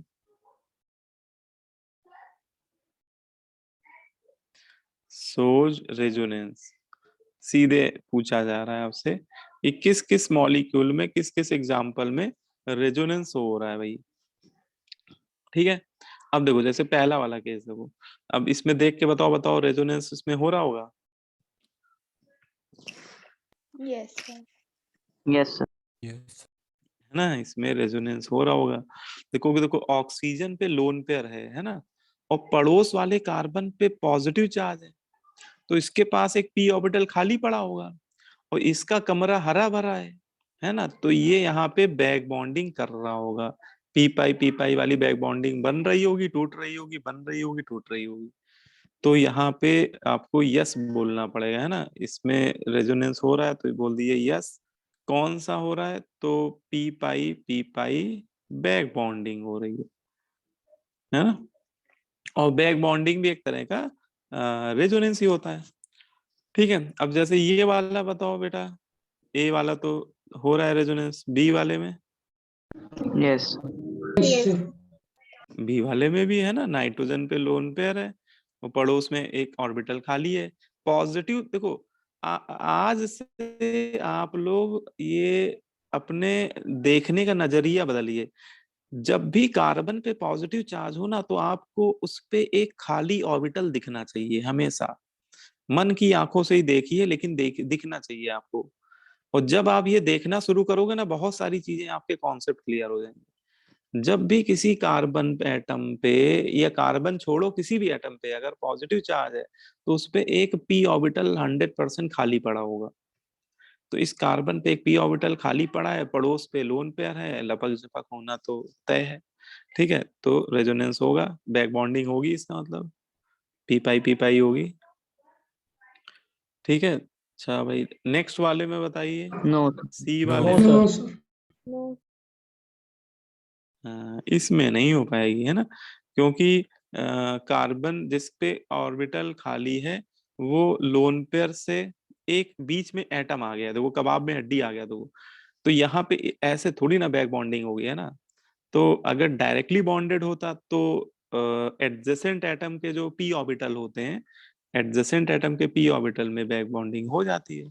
अब बीच में कार्बन और आ गया, उसके पास कोई ऑर्बिटल ऐसा है नहीं वैकेंट, है ना? तो यहाँ पे नहीं हो पाएगा, यहाँ पे नहीं हो पाएगा रेजोनेंस, ठीक है? और ये वाला देख लो, टी वाले में हो पाएगा, यस डी वाले में हो जाएगा, बिल्कुल हो जाएगा, क्योंकि पॉजिटिव चार्ज के पड़ोस वाले एटम पे लोन पेयर है, वो लपक झपक करेगा। तो ये आपके जितने भी एग्जाम्पल थे ये आपके इसी टाइप बैक बॉन्डिंग वाले थे, है ना। तो ये भी एक टाइप का होता है रेजोनेंस। ठीक है, ये बहुत कम देखने को मिलेगा, लेकिन हो सकता है कि कोई एक एग्जाम्पल इस पे पड़ा हो आपके क्वेश्चन में। अब देखो ये क्वेश्चन करिए, आप ही लोगों को बताना है। जैसे ये पहला क्वेश्चन क्या कह रहा है, विच of the following compound have delocalised electron. आपको इसमें 4 ऑप्शन दिए हुए हैं। इसमें कह रहा है कि किसमें डीलोकलाइज इलेक्ट्रॉन किसमें प्रेजेंट है। P and R. Yes, sir. P and R.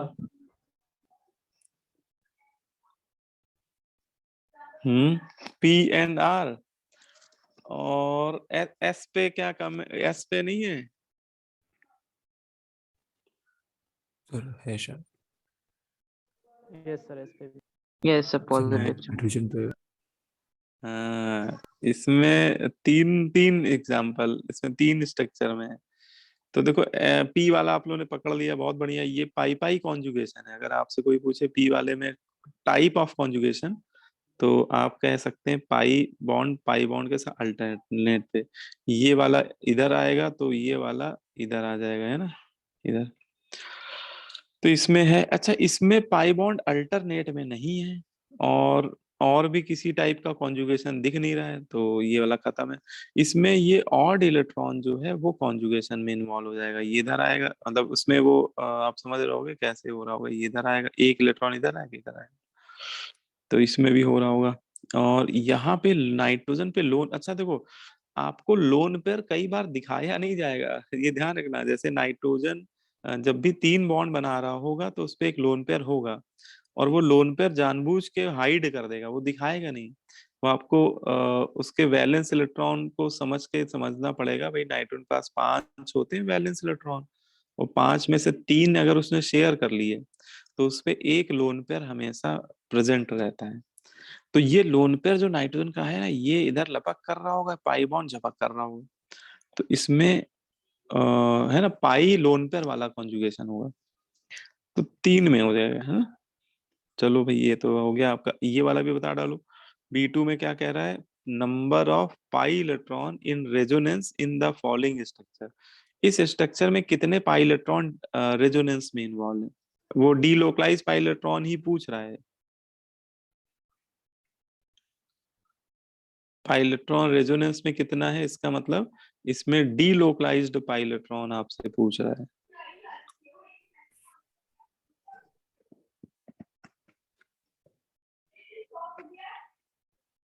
Eight 8 आ रहे हैं? बोलो भाई 8 सभी के आने चाहिए।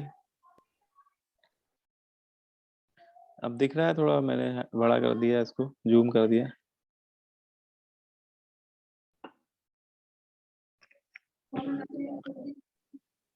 है ना, देखो नाइट्रोजन के ये 2 लोन पेयर इस पाई बॉन्ड के साथ अल्टरनेट में है, तो ये दोनों तो लपक झपक कर रहे होंगे। और ये पाई बॉन्ड इस पाई बॉन्ड के साथ अल्टरनेट में, तो ये दोनों आपस में लपक झपक कर रहे होंगे, है ना। और ये लोन पेयर इस पाई बॉन्ड के साथ भी अल्टरनेट में, देखो ध्यान से, नाइट्रोजन का लोन पेयर इस पाई बॉन्ड के साथ भी अल्टरनेट पोजीशन में है ना। ये लपक कर रहा होगा, ये झपक कर रहा होगा, ऐसे घूम रहे होंगे सब, है ना। अच्छा पॉजिटिव चार्ज में तो होता नहीं कुछ, तो देखा जाए तो 2 प्लस 2 है ना, 2+2+2+2, मतलब टोटल देखा जाए तो 8 पाई इलेक्ट्रॉन इसमें कॉन्जुगेशन में। ठीक है, यस। तो इस एग्जाम्पल में आंसर आपका 8 हो जाएगा। फिर एक अच्छा ये वाला भी बता ही दो बेटा आप लोग। देखो क्या कह रहा है, एक बार पहले रीड कर लीजिए क्वेश्चन। इसमें आपसे कह रहा है find the number of carbon atom including the given structure which can have negative charge in resonating structure. तो आपको बोल रहा है कि वो कार्बन एटम का नंबर पूछ रहा है जिसमें निगेटिव चार्ज डीलोकलाइज कर रहा हो। है ना, जिसमें निगेटिव चार्ज क्या कर रहा हो, निगेटिव चार्ज रेजोनेंस में इन्वॉल्व, है ना।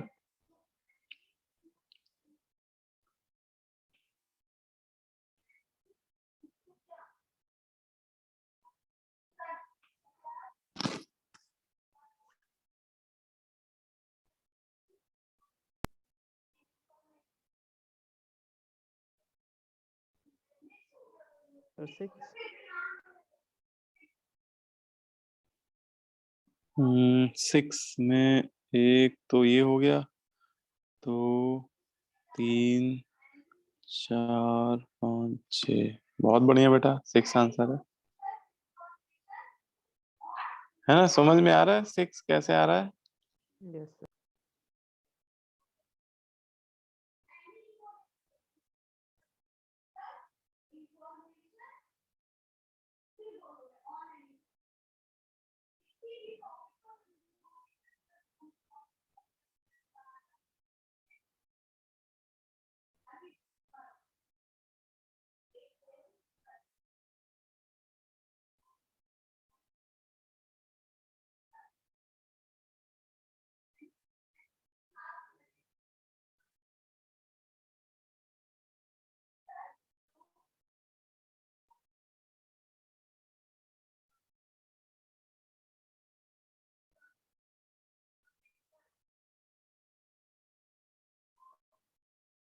हाँ देखो, 6 समझ में आ रहा है।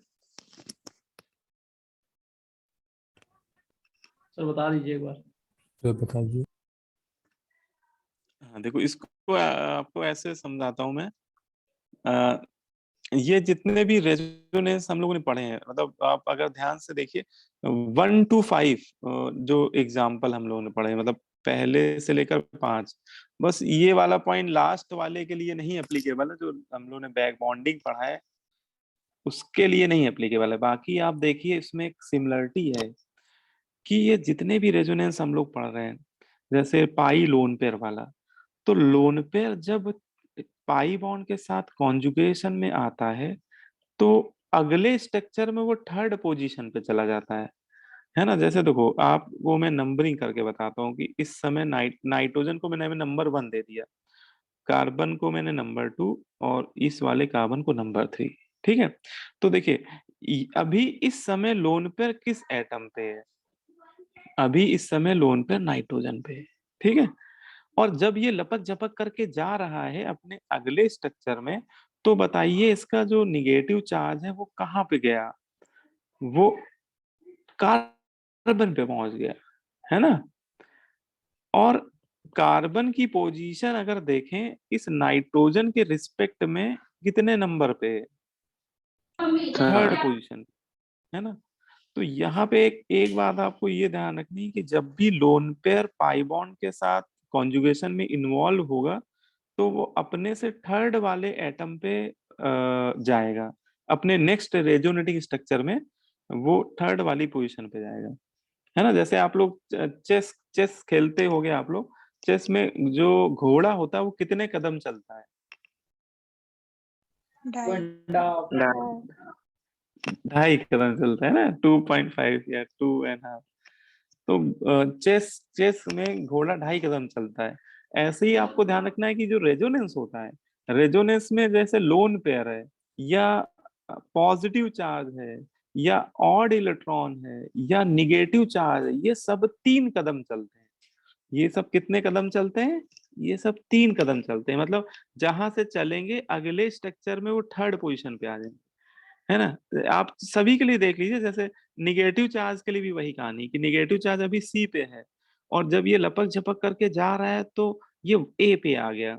अब ए एटम की पोजीशन सी के रिस्पेक्ट में थर्ड पोजीशन पे, ठीक है। अब पॉजिटिव चार्ज वाले केस में, ये ऑड इलेक्ट्रॉन वाले केस में देखिए, अभी ऑड इलेक्ट्रॉन सी एटम पे, तो अगर मैं सी को 1 दे दूं, बी को 2, ए को 3, तो अगले रेजोनेटिंग स्ट्रक्चर में वही ऑड इलेक्ट्रॉन देखो ए पे पहुंच गया, मतलब अपने से थर्ड पोजीशन पे पहुंच गया, है ना। तो ये जितने भी ऑड इलेक्ट्रॉन है, निगेटिव चार्ज है, यहाँ तक कि पॉजिटिव चार्ज का भी वही कहानी है, वो यहाँ पे 1 पे था और आगे आपको 3 पोजीशन पे दिख रहा है। तो ये सब 3 कदम चलते हैं, ये सब क्या चलते हैं, ये किसी भी कॉन्जुगेटेड सिस्टम में 3 कदम चलते हैं। अगर आपको ये छोटा सा कॉन्सेप्ट अगर याद रहेगा तो इस तरह के क्वेश्चन आप खेल खेल में कर डालेंगे, है ना। मतलब इस तरह के क्वेश्चन आप खेल खेल में कर डालेंगे। देखो ये स्ट्रक्चर दिख रहा है, मैंने थोड़ा बड़ा किया है अभी, ठीक है ना। देखो इसमें निगेटिव चार्ज इस समय इस कार्बन पे है, ठीक है। अब देखो ये चारों तरफ से देखा जाए तो कई सारे तीन तरफ से ये डीलोकलाइज्ड हो रहा है। तो एक तो ये ये लेफ्ट साइड देखना, लेफ्ट साइड ये ट्रिपल बॉन्ड के साथ डीलोकलाइज कर रहा है। तो अगर ये ट्रिपल बॉन्ड के साथ डीलोकलाइज करके लपक झपक करके आएगा तो बेटा वो इस कार्बन पे आ जाएगा, उसके अगले रेजोनेटिंग स्ट्रक्चर में ये यहाँ पे आ जाएगा, है ना। बोलो भाई। Yes. ठीक है, यहाँ से आप सीधे 3 गिनो, यहाँ से 1 2 3 खटाक से यहाँ पहुंचा दो आप। अब देखो अगर इधर साइड राइट साइड जाएगा बेटा तो बताओ किस कार्बन पे जाएगा, अपने से थर्ड पोजीशन पे। यहाँ पे एक बार वो यहाँ जरूर आएगा, जब वो इधर इधर साइड जंप मारेगा राइट साइड, ये इधर आएगा लपक, पाई बॉन्ड इधर झपक, है ना।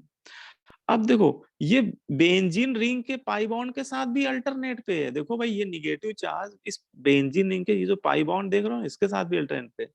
तो इसके साथ भी लपक झपक करेगा, और जब इसके साथ लपक झपक करोगे तो देखो यहीं से 3 काउंट करो, 1 2 3। तो अगले स्ट्रक्चर में वो कहाँ पे आएगा, यहाँ पे आएगा, आएगा, है ना। अब देखो इसके बाद आगे वो इधर भी जा सकता है कार्बन नाइट्रोजन तरफ। तो आगे अगर ये आगे इधर जंप कर गया तो ये नाइट्रोजन पे भी एक बार आएगा थर्ड पोजीशन पे। लेकिन यहां से वो रिंग में अगर आगे बढ़ गया, क्योंकि ये निगेटिव चार्ज अगले वाले जो सेकंड पाई बॉन्ड उसके साथ भी अल्टरनेट में, तो यहाँ से फिर 3 काउंट करो, 1 2 3। तो बेटा अगले रेजोनेटिंग स्ट्रक्चर में वो यहाँ पे आएगा। और अभी एक पाई बॉन्ड ये भी बचा हुआ है, देख रहा है बगल में हरियाली है, तो इधर भी लपक झपक करेगा ये, तो ये फिर यहाँ पे आ जाएगा, बोलो वो, है ना। और इसके बाद वो वापस चला जाएगा, फिर वापस जाने पे तो फिर वहीं आ जाएगा।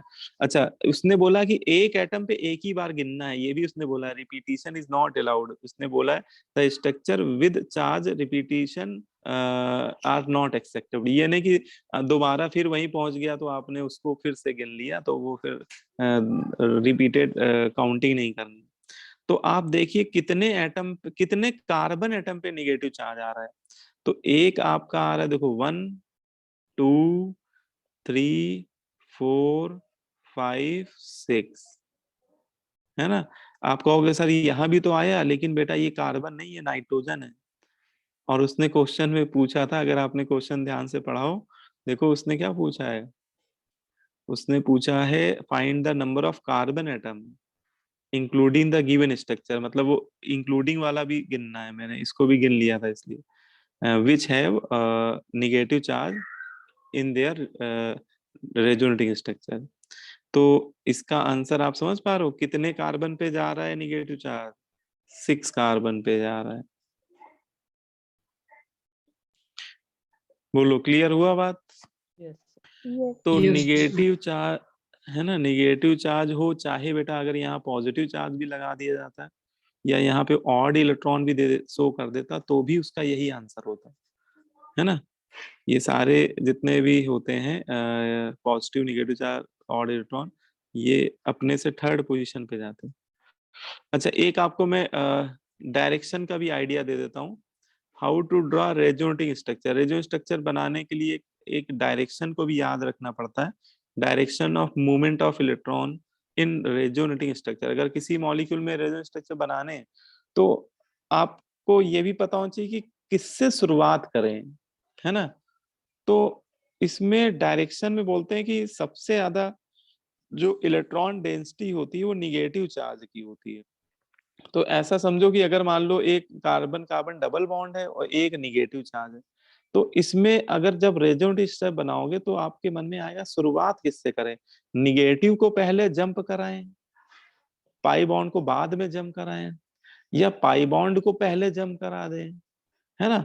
तो आपको देखना होगा कि देखो निगेटिव चार्ज और पाई बॉन्ड में ज्यादा इलेक्ट्रॉन डेंसिटी किसकी है? निगेटिव चार्ज की। और हमेशा जो इलेक्ट्रॉन का फ्लो होता है वो हायर इलेक्ट्रॉन डेंसिटी से लोअर इलेक्ट्रॉन डेंसिटी की तरफ होता है। तो अगर मान लो कि डबल बॉन्ड भी है और उसके कॉन्जुगेशन में निगेटिव चार्ज भी है, तो हमेशा शुरुआत आप किससे करेंगे? निगेटिव चार्ज को पहले मूव कराएंगे, है ना। स्टार्टिंग निगेटिव चार्ज करेगा, और जब निगेटिव आ रहा होगा फिर पाई बॉन्ड आगे भागेगा, है ना। मतलब हाई इलेक्ट्रॉन डेंसिटी से लो इलेक्ट्रॉन डेंसिटी की तरफ मूवमेंट होता है इलेक्ट्रॉन का। बात समझ में आ रही है? कभी उल्टा मत करिएगा, मतलब ऐसे केस में ये नहीं कि पाई इलेक्ट्रॉन पहला जंप कराया फिर निगेटिव चार्ज, वो गलत माना जाएगा। तो निगेटिव चार्ज सबसे अच्छा। अगर मान लो निगेटिव नहीं है, लोन पेयर है, वो पॉजिटिव चार्ज है, तो लोन पेयर जंप मारेगा पहले, ठीक है। ऑड इलेक्ट्रॉन डबल बॉन्ड है तो ऑड इलेक्ट्रॉन जंप मारेगा। अच्छा, डबल बॉन्ड ट्रिपल बॉन्ड में ज्यादा इलेक्ट्रॉन डेंसिटी डबल बॉन्ड की होती है। डबल बॉन्ड ट्रिपल बॉन्ड में शुरुआत आप डबल बॉन्ड के इलेक्ट्रॉन को जंप करा के करिएगा। और सबसे कम होती पॉजिटिव चार्ज। पॉजिटिव चार्ज को कभी जंप कराया ही नहीं जाता, क्योंकि देखो पॉजिटिव चार्ज तो इस बात की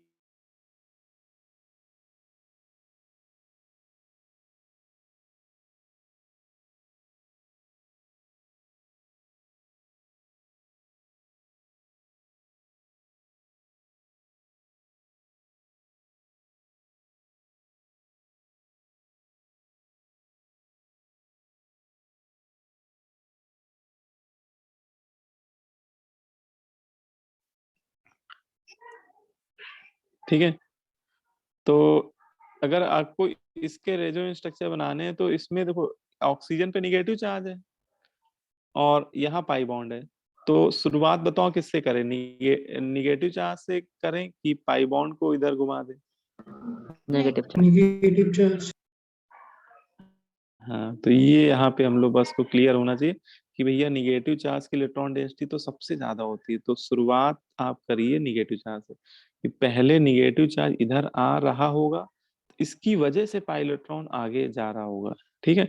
वैसे ये होता साइमल्टेनियसली है, लपक झपक का मतलब ही यही है कि जैसे ही वो जंप करेगा वो आगे शिफ्ट हो जाएगा, लेकिन हमें एरो की हेल्प से वो शो करना होता है। तो इस तरह से आप बना दीजिएगा, इसमें कभी आपका स्ट्रक्चर गलत नहीं बनेगा।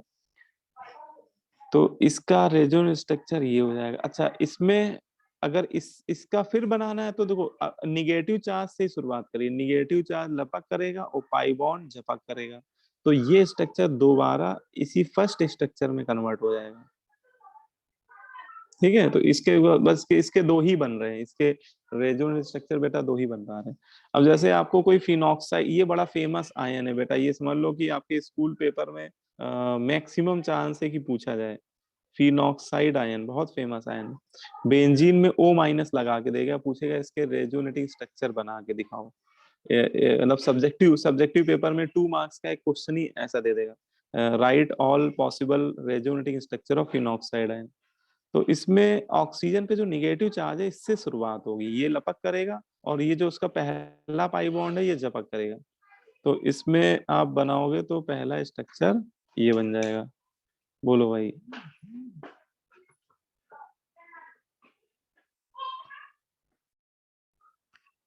ये आपका बन रहा भाई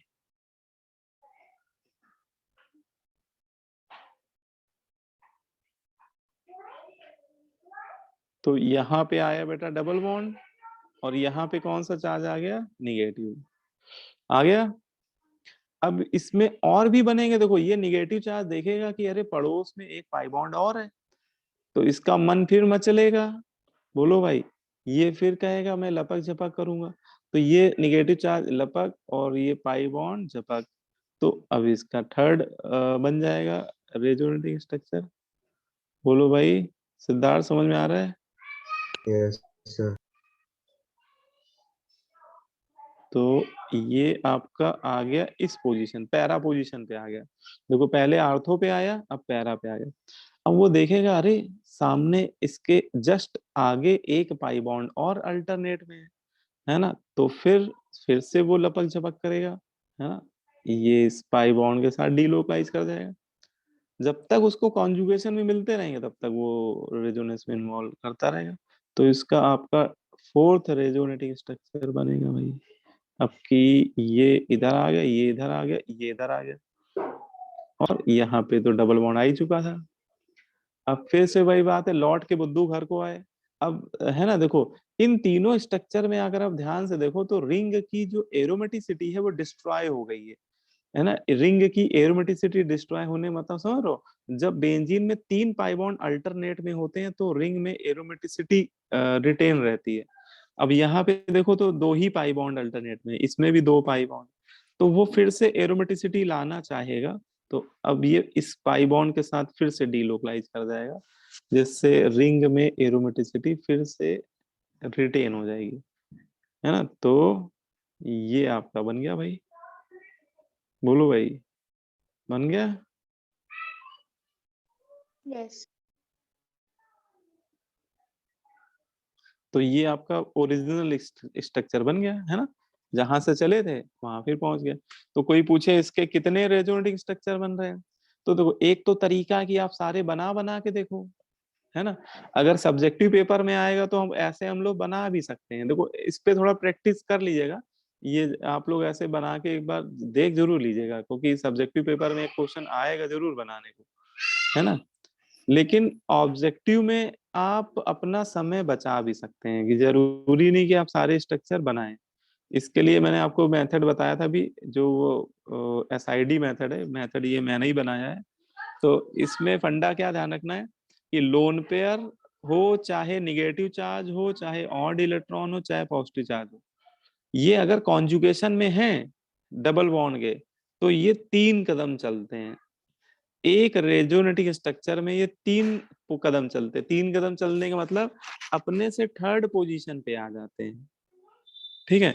अब जैसे कोई पूछा कि भैया इसके बताओ कितने बन गए रेजोनेंट स्ट्रक्चर, तो अभी निगेटिव चार्ज ऑक्सीजन में है, फिर यहां से आप 3 काउंट करो, यहां से 1 2 3, तो अगले स्ट्रक्चर में बेटा वो निगेटिव चार्ज 100% यहीं पे आएगा, है ना। देखो आपने बनाया भी था अब ऊपर मैंने, तो देखो यहीं पे तो आया था, है ना। देखो अब ये यहां से चलना शुरू करेगा जब, तो फिर यहां से 3 काउंट करो, 1 2 3, तो इसका मतलब इसके अगले स्ट्रक्चर में वो यहाँ पे आ जाएगा। बोलो भाई।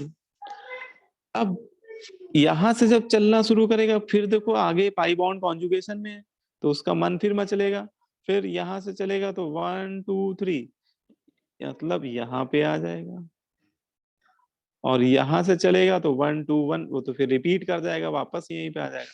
तो देखो जितनी पोजीशन पे निगेटिव चार्ज जा रहा है उतने ही उसके क्या बन रहे हैं, रेजोनेटिंग स्ट्रक्चर। तो एक एक बार यहाँ पे निगेटिव चार्ज आया, एक बार यहाँ पे आया, एक बार यहाँ पे आया, एक बार यहाँ पे आ गया, तो इसके टोटल कितने बन गए रेजोनेटिंग स्ट्रक्चर, 4 बन गए, है ना। ओरिजिनल वाले को एक ही बार गिनना है, ठीक है। अब जैसे मान लो कि आपको कोई पूछे बताओ इसके कितने बनेंगे रेजोनेंट स्ट्रक्चर,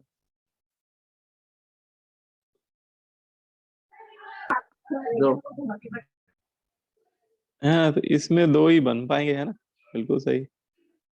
बोलो भाई, ये सबको समझ में आ रहा है कि नहीं आ रहा है, बताओ कि ये ऑड इलेक्ट्रॉन 3 कदम चलेगा, तो यहाँ से 1 2 3, तो अगले स्ट्रक्चर में यहाँ पे आ जाएगा वो, और वापस फिर वो चलेगा, तो क्योंकि आगे कार्बन ही नहीं है, अब आगे तो बढ़ नहीं पाएगा, है ना।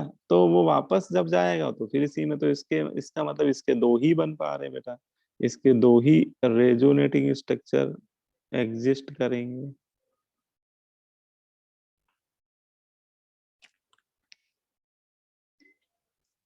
ठीक है, इसके 2 ही बन पा रहे हैं। अच्छा ये वाला बता दो तो फिर मैं समझ जाऊंगा कि तुम लोग को समझ में आ गया। इस स्ट्रक्चर में कितने रेजोनेंस स्ट्रक्चर बनेंगे, how many resonance structure form by above free radical including original, original वाले को भी गिन लेना है।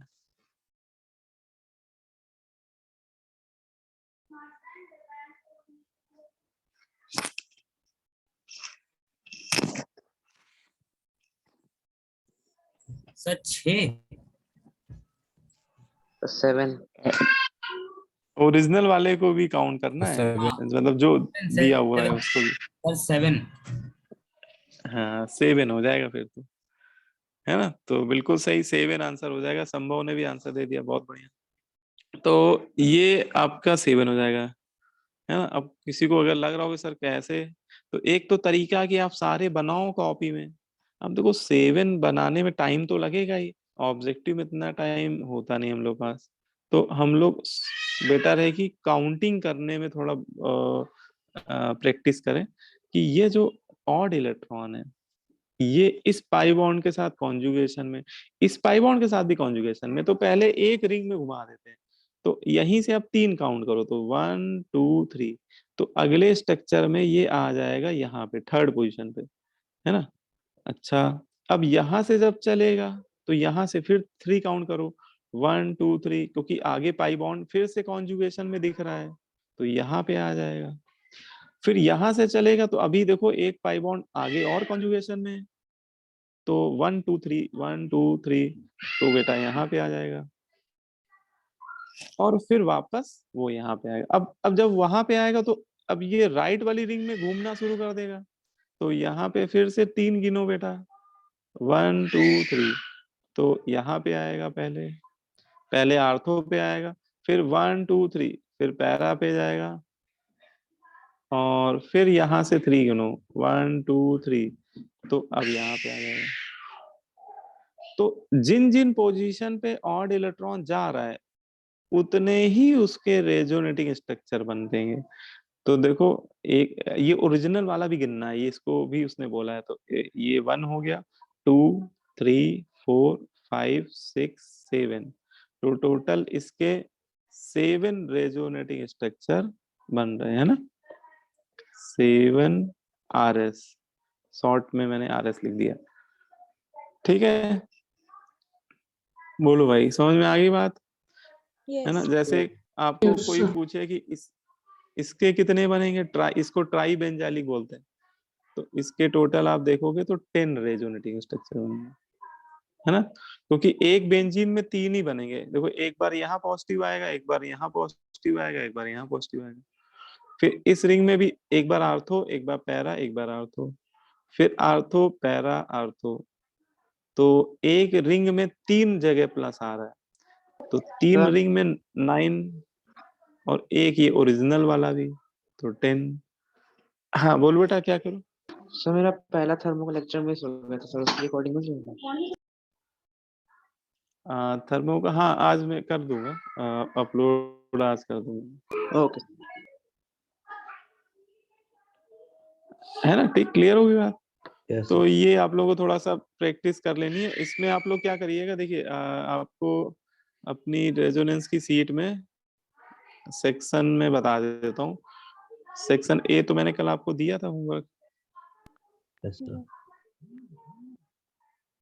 सर। हाँ, तो सेक्शन, हाँ बोलो बेटा। सर जो सेक्शन ए के आपने क्वेश्चन दिए थे सर, उसमें जैसे एरो बनाना था, तो सर उसमें पीछे आंसर में एक ही एरो सर बस दिखाया हुआ था। तो सर मतलब जैसे वो फाइनली सर एक ही दिखाना होता है सर, जैसे 3 और 2 करके जैसे बनाए थे तो वो नहीं दिखाया था। नहीं देखो, उसमें हम बताते हैं क्या है। उसने पूछा show the direction of inductive effect. देखो, डायरेक्शन केवल पूछ रहा है तो आप ओनली सिंगल एरो से भी दिखा सकते हो।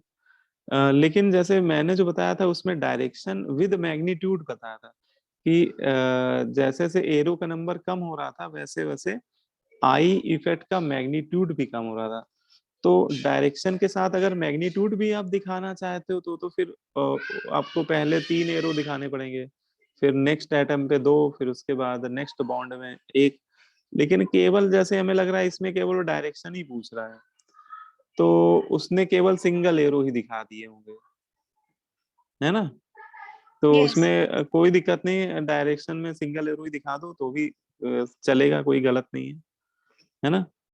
Yes sir. और सर जैसे 2 ग्रुप्स अटैच्ड हैं सर, जिसमें दोनों का ही माइनस आई इफेक्ट है, तो सर वो ज्यादा तेजी से खींचेगा सर जिसका ज्यादा इफेक्ट होगा माइनस आई का सर, डायरेक्शन उसी पे जाएगा। हाँ हाँ, फिर ये ध्यान रखना जब अपोज कर रहे हो ना, कि 2 एरो अपोज कर रहे हो, वो दोनों माइनस आई की वजह से आ रहे हो, तो आप देख लो कि किसका ज्यादा माइनस आई है, फिर ओवरऑल उसकी तरफ एरो दिखा दो आप, रिजल्टेंट है ना, उसी की तरफ हो जाएगा। Yes sir. आज आप लोग ये वाला कर लीजिएगा, सेक्शन बी आप लोग आज कर लीजिएगा। इसमें resonance effect, resonance structure, conjugation, ये इसी पे बेस्ड जो आज पढ़ाया ना, उसी पे बेस्ड है क्वेश्चंस पे। ये वाला सेक्शन बी वाले क्वेश्चन आप लोग कर लीजिएगा, ठीक है ना? सर तो हाँ बोलो बेटा। सर वो लास्ट क्लास की रिकॉर्डिंग में दीजिएगा। हाँ एक मैंने अपलोड किया है, देखो हुआ कि नहीं हुआ। क्लास जब स्टार्ट होने वाली थी मैंने अपलोड किया था, लेकिन हमें लग रहा है नेटवर्क थोड़ा सा स्लो टाइप का चल रहा है। देखो हुआ है अपलोड, GOC1 वाला शायद किया था मैंने, नो सर नहीं। पहला लेक्चर। अच्छा फिर से भेज देता हूँ उसको, है ना? चलो अच्छा ठीक है ना? तो नेक्स्ट क्लास में इसी के आगे मिलते हैं, इसी के आगे कराऊंगा मैं। Thank you thank you. Thank you sir. Thank you sir. Okay बेटा, ओके।